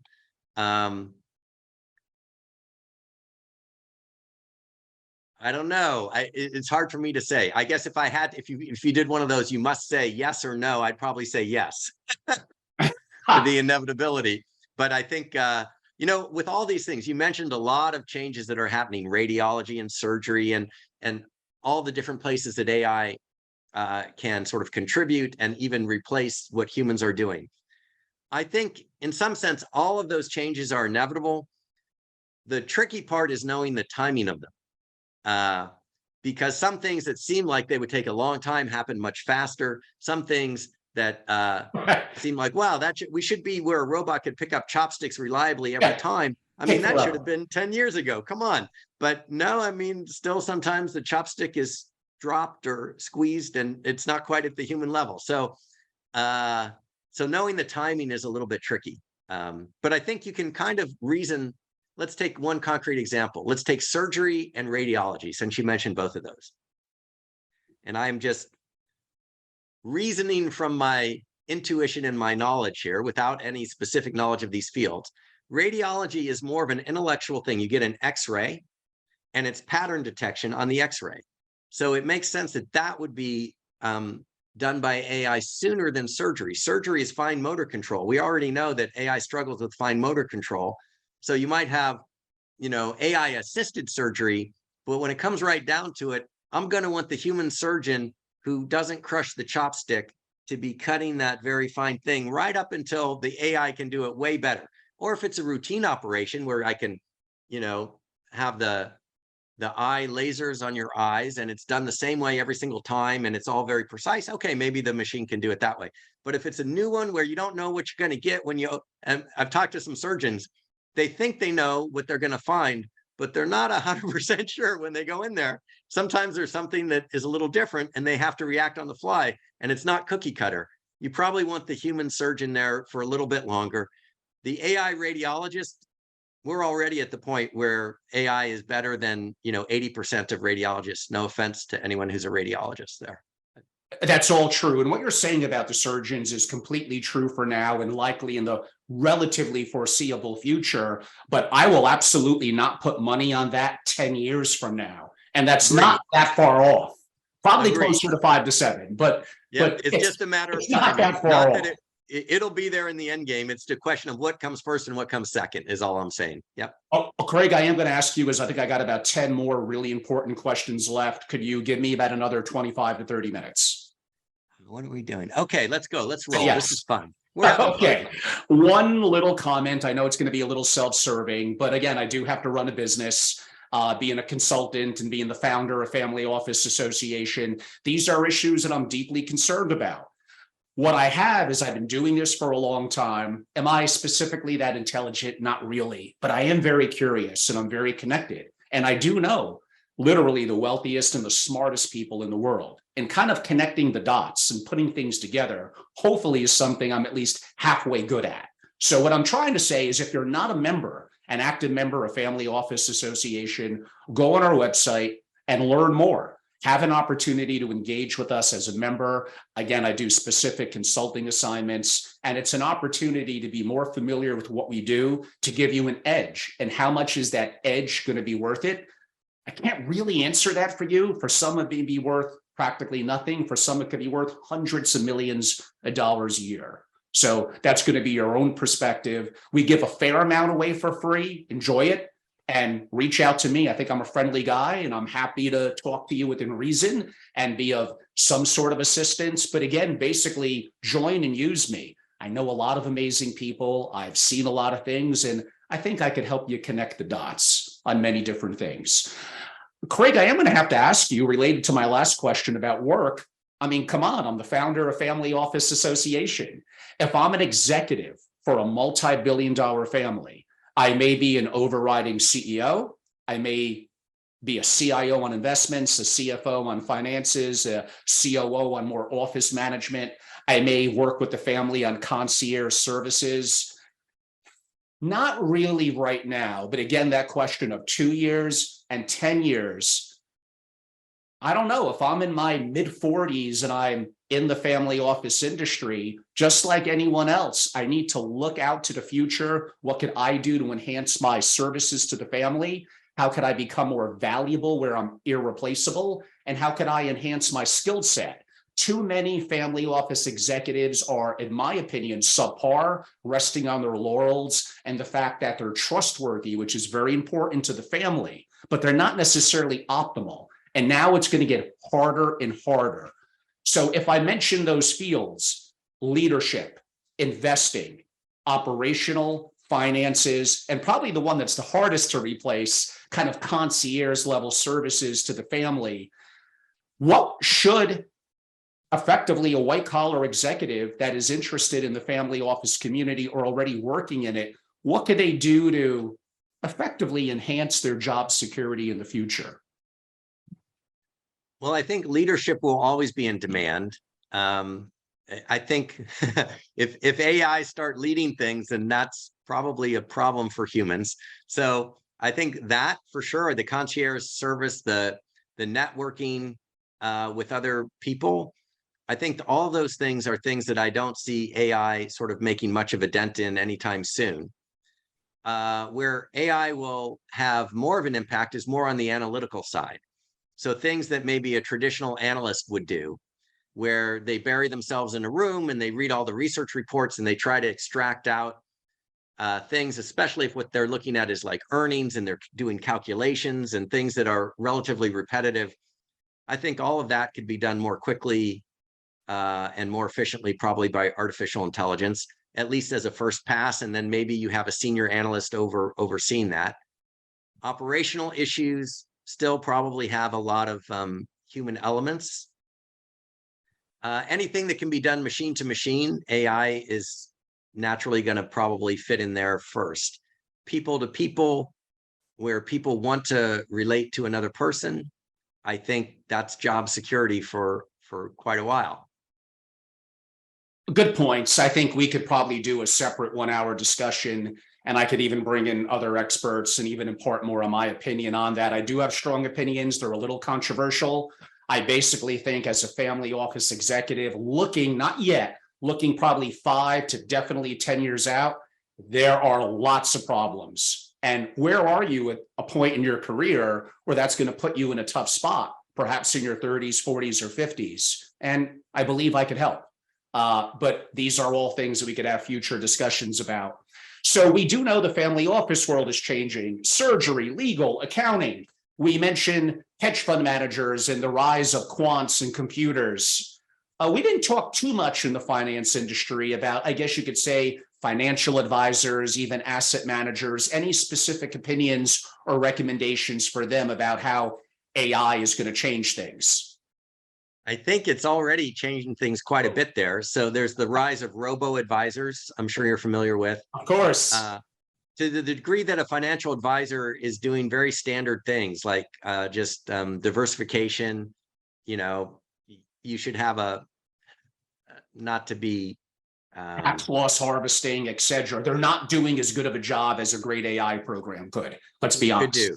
Right. If it's just a matter of 60-40 allocation or even much more sophisticated allocation, but it's basically portfolio allocation based on numbers, the AI is going to be able to do that really, really well at very low cost. And the fee structure is going to be very difficult as people realize that. It's already been happening. It's going to be difficult to pay that fee structure for someone when someone says, look, I can have the robo-advisor do the same thing that you're doing. So they have to bring some value beyond that. Part of the value is in the personal touch. Part of the value is in the understanding of really, truly the heart of the client and what they want to do. I think those kinds of things, but just the simple mathematical portfolio allocation, I mean, that can be done very quickly and easily already. Okay, we're going to get on to one of the main areas that I think I want to cover. And hey, some of it's personal. I have a 19-year-old son. I have of nieces and nephews in their teens to early 20s. And I have a strong connectivity with that community. In other words, I know lots of people, if not actually probably more than hundreds, thousands that probably fit within the 18 to 25-year-old bracket. So I got a pretty good handle on them. A lot of them are afraid. I especially notice it among young men. That will be a little bit of a different topic that we're not going to dive deeply into with you, but I will have others on where we will dive into that. What would you what would you recommend? And then we're going to dive deeper, but what would you recommend to a high schooler, a college kid right now about kind of their future, the future of work, and how they could prepare? No, I'm not going to accept the answer of follow your bliss and all will be fine, because I think that's kind of bullshit. But if you really feel that way, then we could go back and forth on that. So I do think following your heart is important for quality of life, and in some sense, that's a big part of life. But if we limit the discussion, or do we just say let's focus on the financial aspect? You want to go out, you want to be successful, make money, support a family, and be able to compete well in the financial area. Then I think it is the case that things are changing. I would say the skills that are going to be increasingly valuable are critical thinking, knowing what is the right question to ask, curiosity, which you have, which I think is much rarer than people acknowledge. There's a lot of people kind of going through the motions and but being curious, following your curiosity, wondering, why is it this way? Questioning, thinking critically about things, judgment, decision-making, which sometimes comes with experience, but there's also some people that are better at that. I think there's things that you can do to become better at that. Those skills will all be in demand for sure. And maybe one way to look at it and not be fearful is to sort of view that AI is an intelligence amplifier. Yes, the AI is out there, but it's going to be amplifying the intelligence of everybody. So it's kind of like everybody is walking around with a souped up calculator that's advising them, just like it used to be the case that you would do work and using Google made your work easier because you could just put things into Google and you'd find stuff. Now you can use ChatGPT and it will make your work easier. There's still work to be done. You need to redeploy the brain power from, worrying about spell checking and trying to, focus on having a grammatically correct, coherent essay, to saying what is the right topic that we should be looking at. And is this thing more important than that thing? The value judgments, those kinds of skills, I think still humans have the edge, and those will be in demand because somebody who's very good, has very good judgment, very good at critical thinking, can leverage that by using the AI and directing the AI to then do a lot more work. And they can be very efficient and much more productive than someone who had to do the work and do the critical thinking. Would you say, I guess it's pretty obvious, that raw memorization, which I guess you could argue fits under the IQ tab, we could go back and forth on that one too, but rote memorization, knowing the capital of every city in the world, unless it happens to be your career, kind of is less and less important. It started to become less important probably 20, 25 years ago. Now with the advent of AI, eventually with this being in glasses and contact lenses embedded in our bodies, like that is going to be less valuable. And this goes back to what you said about curiosity, creativity, critical thinking. And we didn't even really get into just human emotions and interactions, emotional intelligence. It's putting you on the spot a little bit because I don't think even I have a great answer at the moment. But what would be some fields, endeavors, entrepreneurial businesses to start up with limited resources, not going to the market getting $10 million, that maybe a young entrepreneur graduating college and not having a financial burden yet, unless they have college loans, then they do. What could they do in their discovery about how the world is changing, how they need to adapt? And are there any specific professions or endeavors they could go into and create as an entrepreneur? So this is an area that I'm, the profession I'm about to mention, I'm not very good at myself, but I think sales will be very, very important. I was going to mention that. I mean, it's a talent. I've seen good salespeople, and I'm always very impressed.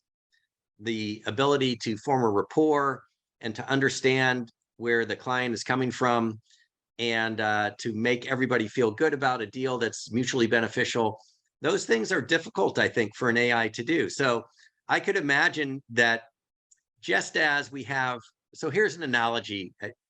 I don't know how far it goes. If you leave AI aside, already we had globalization and we had people who in other countries for much lower wages could be writing articles and doing intellectual work, and which is then sold to clients in the US. And so in that scenario, I mean, that happens with offshore contracting and programming. It happens with even writing articles. There was when we were looking into this, when I was running one of my companies, we kind of looked at the AI writing the article about financial things versus having folks that were in India and other countries writing it who understood English very well, and the hourly rate was much lower. Which one should we go with, you know? But that business model still required the person in the US who made quite a bit of money, who was finding the clients and selling the research to them. The actual work was maybe done by an AI, or it was done by folks in a different country because that was more efficient and the cost was lower. But you still needed that person who sort of came up with the idea, the entrepreneurial piece. You needed the sales piece. You needed the customer support piece when someone really wants to interact and has specific questions that are not routine that could be answered well. So I can see that that sort of thing that we've already seen, that's the reason I mention this, without a value judgment, whether it's good or bad. It's just, this has happened already where you've outsourced sort of low wage kinds of things, but then you still have the component of the business that needs the, you know, well-paid and different skill set in the country. That same model could work, but the difference is you have AI doing sort of what used to be done by low-paid workers, which in some sense is good because it enables everybody to move up to the higher paid job and have all the lower paid stuff be done by the AI workers. Some people would say, yeah, but there's not enough jobs up there. You know what? There is. I believe in an expanding pie. You're going to create more and more value. And as long as you're creating more value, there's going to be more opportunity. So I'm not really a big fan of the fixed pie view of the world. I think the pie can be expanded and AI can fill in the more mundane, repetitive tasks. That's certainly possible. In order to position yourself for that, you have to not specialize in mundane, repetitive tasks. Don't specify, you know, don't specialize in rote memorization. Don't specialize in things that a machine can do. Use your creativity and your decision-making ability, critical thinking, entrepreneurial ability, sales ability, those kinds of things that are much harder for a machine to do. I mean, sadly, there's a lot of young people in the age bracket that I noted where if I could say to them, no worries, it's not going to be glamorous, but you're going to have shelter, you're going to have basic food, you're going to have healthcare, but the reality is things are changing. We as the government kind of have to bring things internal. We have to take care of you, but you're never going to be, you know, wealthy or great, but you're not going to be poor and starving, versus a completely free system where hopefully those that are well off contribute to those that are not as well off through philanthropic initiatives and through education. But I want the opportunity to fail, to be great, to quote unquote make a lot of money. That's just me. Maybe I'm a hardcore capitalist. Maybe I'm right. Maybe I'm wrong. Who knows? But unfortunately, in my opinion, if I were to give that scenario to a lot of younger people, in my opinion, especially younger men, they are not really that optimistic about their future in the future. And probably more than half of them will take that safe route, that option one that I described versus the option two. Now, that's a whole different societal, capitalistic perspective that we're going to have more and more conversations on this year. They're controversial, and it's okay. There's other opinions other than mine that I want to listen to, I want to learn from. And shockingly, hard to believe, audience, I do occasionally change my mind. My God, I'm actually wrong once in a while. I'm so happy that you mentioned sales, because I've been talking about this in some of the speeches I give at universities digitally and a couple of them in person. That is such an underrated skill. It's not really taught how to be an active listener, how to form proper sentences, how to engage people. Emotional intelligence, it is a skill. Some of it are born with more natural capabilities at it. That is true, but it absolutely is a skill, and not an incredibly hard one that could be learned and is very, very valuable. That is probably the number one way for people to do incredibly well financially at the moment. Eventually, things will change without necessarily a lot of pure horsepower with their IQ, which again, most people are going to be average. I could go on and on about that subject, but the capability of having passion, having goals, having discipline in reaching your goals, and the capability of selling in your personal relationships with people, as well as your opportunity to be successful and control your income in your future. For now, things will change. That is definitely something that is underrated and many young people would benefit from learning more about. I would agree with that. I think sales is very much underrated. And it's interesting to note how many CEOs of major companies started out as salespeople and made their way up. You know, it's also a path for advancement if you have that interest. Again, I would say you shouldn't just be sales guy if your heart's not in it, but if your heart's in it, it's a great field, I think. Will technologies like CRISPR, biotech in general, be heavily in the short term impacted by AI? That's one that I think the progress is going to be relatively rapid. And so here's my view on that. So DeepMind, Demis Hassabis, right, owned by Google, but functioning relatively independently, brilliant guy at the top, full of brilliant researchers, started out building AI to play chess and Go, and he mastered the two-player game. Then it could play any two-player game better than any human. And then to his credit, he said, you know, we figured out some things about how to build AI and how to have it compete against itself to get better. What if we apply this to science and medical science? And he looked around and he said, what is the biggest problem for coming up with new drugs and advancing medical science? And one of the major problems was something called the protein folding problem. Mm-hmm. It turns out that there's all these proteins, and this is not my area of expertise, but I've learned about it a little bit. There's all these proteins, and in order to make a drug, you need to know not just what the sequence of chemical components of the protein are, but what the shape of it is.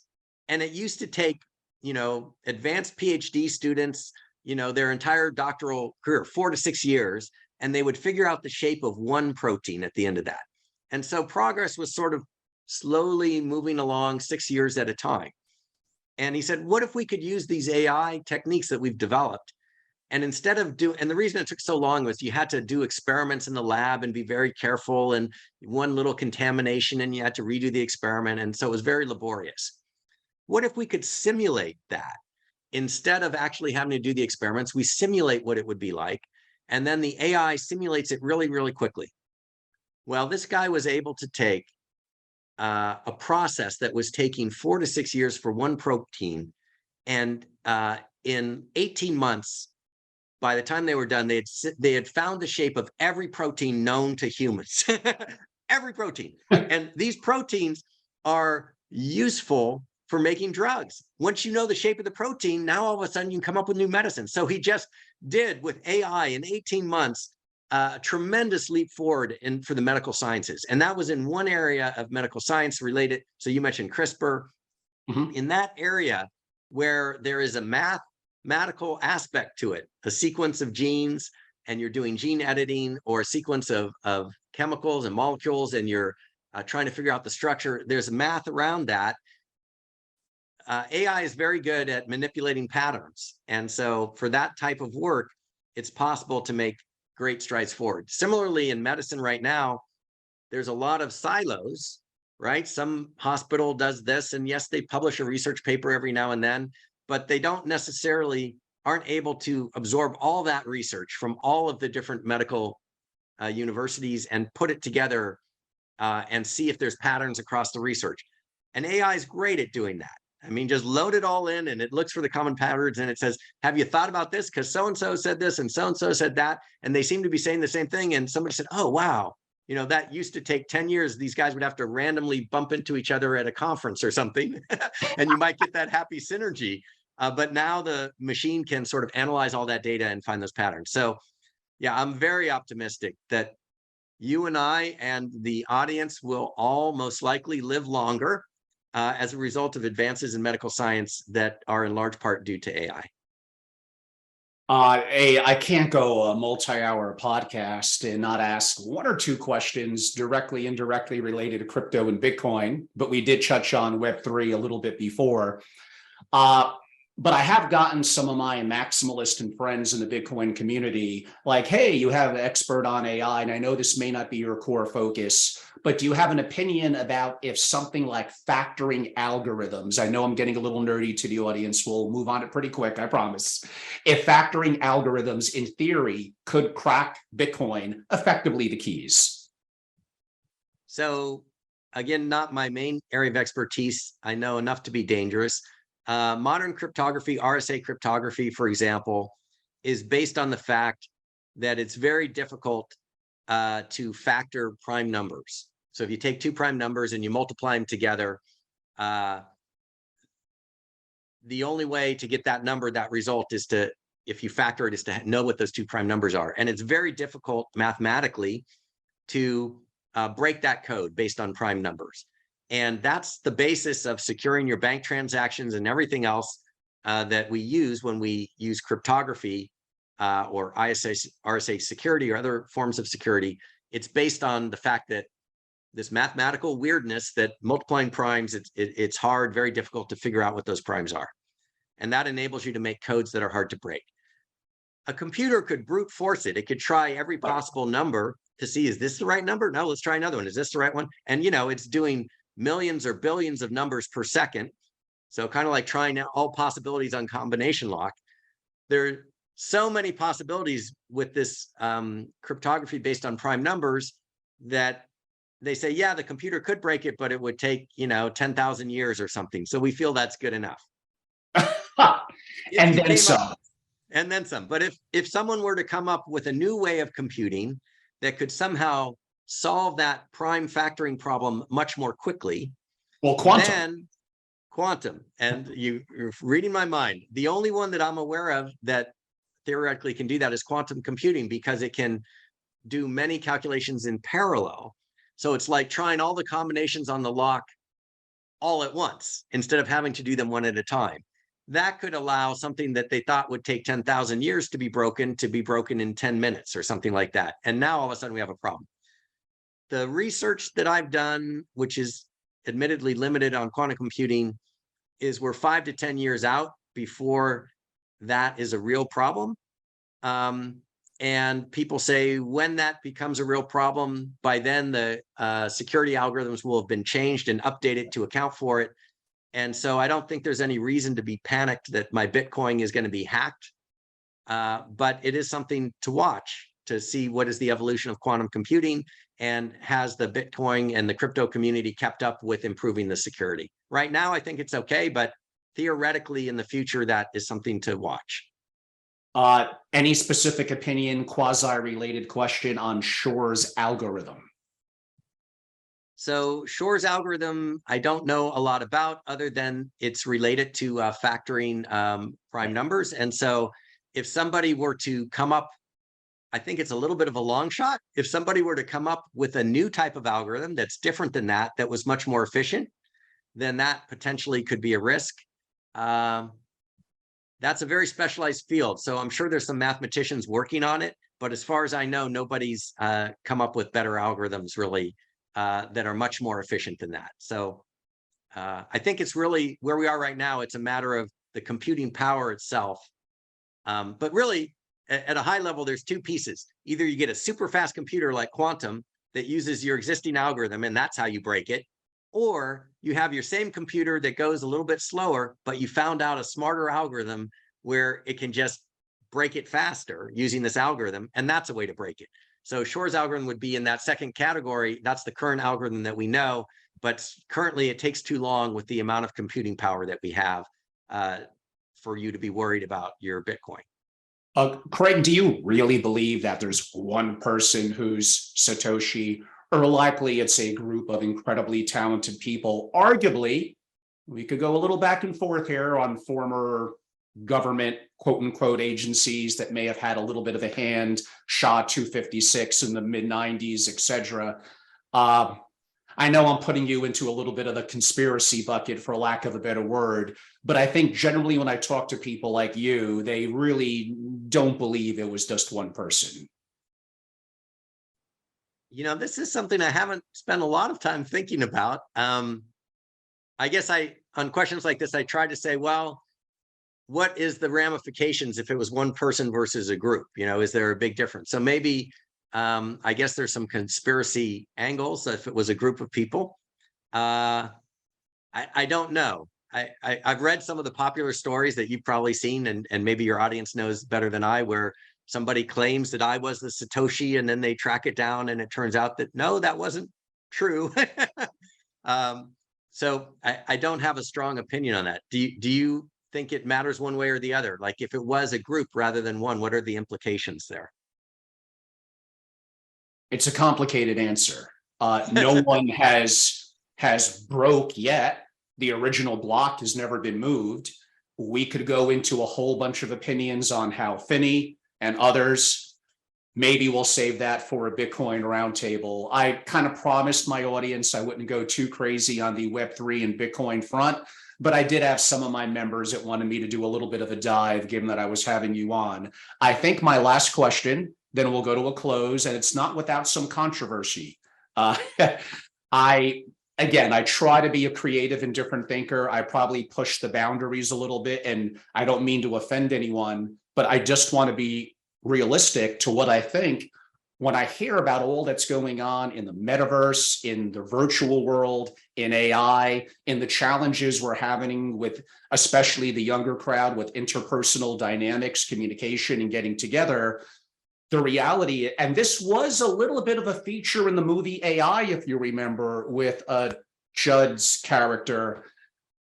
Effectively, I'll just come out and say it, the future of sex and how that is going to be impacted in a variety of different ways with AI. So I'm giving you a loaded question, and you could go in several different directions. It's all yours. Well, I guess I'll just go where my mind goes first on this, which being an AI nerd guy is probably a nerdy direction. When we think about, again, going back to our earlier discussion of what is easier and harder for AI to do, we've said that fine motor skills are a little bit harder for AI than some of the analytical things. So I think AI will probably be better at writing a sexy, racy novel or a penthouse forum contribution or something than it would be at right now at actually having sex with a person, because I mean, the motor control just isn't there. That's a very nerdy sort of take on that subject. But do you think within 20 years, we'll effectively have a print on demand who we deem to be, from either sexual perspective, the perfect ideal mate? And I don't know, that comes and goes in 1 hour, 1 day, 1 week. What that does to human reproductivity, if I use the right word there, the future of population, the future of interpersonal dynamics. So this is actually a serious question. It was originally meant with a little bit of tongue-in-cheek perspective, because I want to push the boundaries a little bit, but there actually is a legitimate perspective behind it. Well, and in some ways it's related to something you mentioned earlier about you have older people and maybe AI robots will be caring for them and interacting for them and providing nurturing and social interaction and that sort of thing. So sort of not to change your question too much, but to reformulate it a little bit, there's a more general point of social interaction. Right now, it's human to human, empathy, emotion. These are very human things. Will it be the case in the future that some of those things can be taken over by a robot and it can be programmed to the degree that we feel interacting? Maybe we prefer interacting with the Android than we do with our partner because it, has been programmed to be nicer to us or whatever. I can see that. This is what I'm getting at. That's possible. It never ages. Yes. That's possible. That's an interesting world. it's probably something to watch very carefully, especially when you realize that some of the tech innovations, much more than people are willing to admit, were actually driven by sex. If you think about Yahoo in the early days, it was about, finding, information and sexual information. Craigslist, a lot of the sites that sort of grew and got their traffic initially was sexually related, and then they gradually morphed to other areas. So it's a basic human drive. And I am absolutely sure that because AI is advancing, this area of human experience will not be left out. But how it ends up, if it will be like in the movie AI or not, I'm not sure. I think it's a little ways off, probably. And Not if in the you're next 5 unsure years. of what we're referencing, by the way, you should go and watch the movie AI. This is a little tiny part of it, by the way, but an interesting part. Wow, we covered a lot of ground. Originally, it was going to be a 1 hour interview, then an hour and 15 minutes, then an hour and a half, then 2 hours, and impromptu, it ended up being 2.5 hours. And I still left questions on the floor for next time. Wow. But that being said, Craig, tell us a little bit of how people could become familiar with your work, your YouTube channel. Do you have a Twitter? And maybe they want to hire you as a consultant. How could they reach out to you? So I think in terms of educational information about AI, I have a YouTube channel, IQ Studios 1, and I have a website, iqstudios.org. So those are the places where my videos live. For consulting work, I have a company called IQ Company that I've had for many years, since 1993. And the website there is iqco.com. So those are the main places. And I guess if I can just leave one parting thought, I'm very optimistic that we collectively have the ability to have a very positive future with AI. Like, it could be a really, really good thing.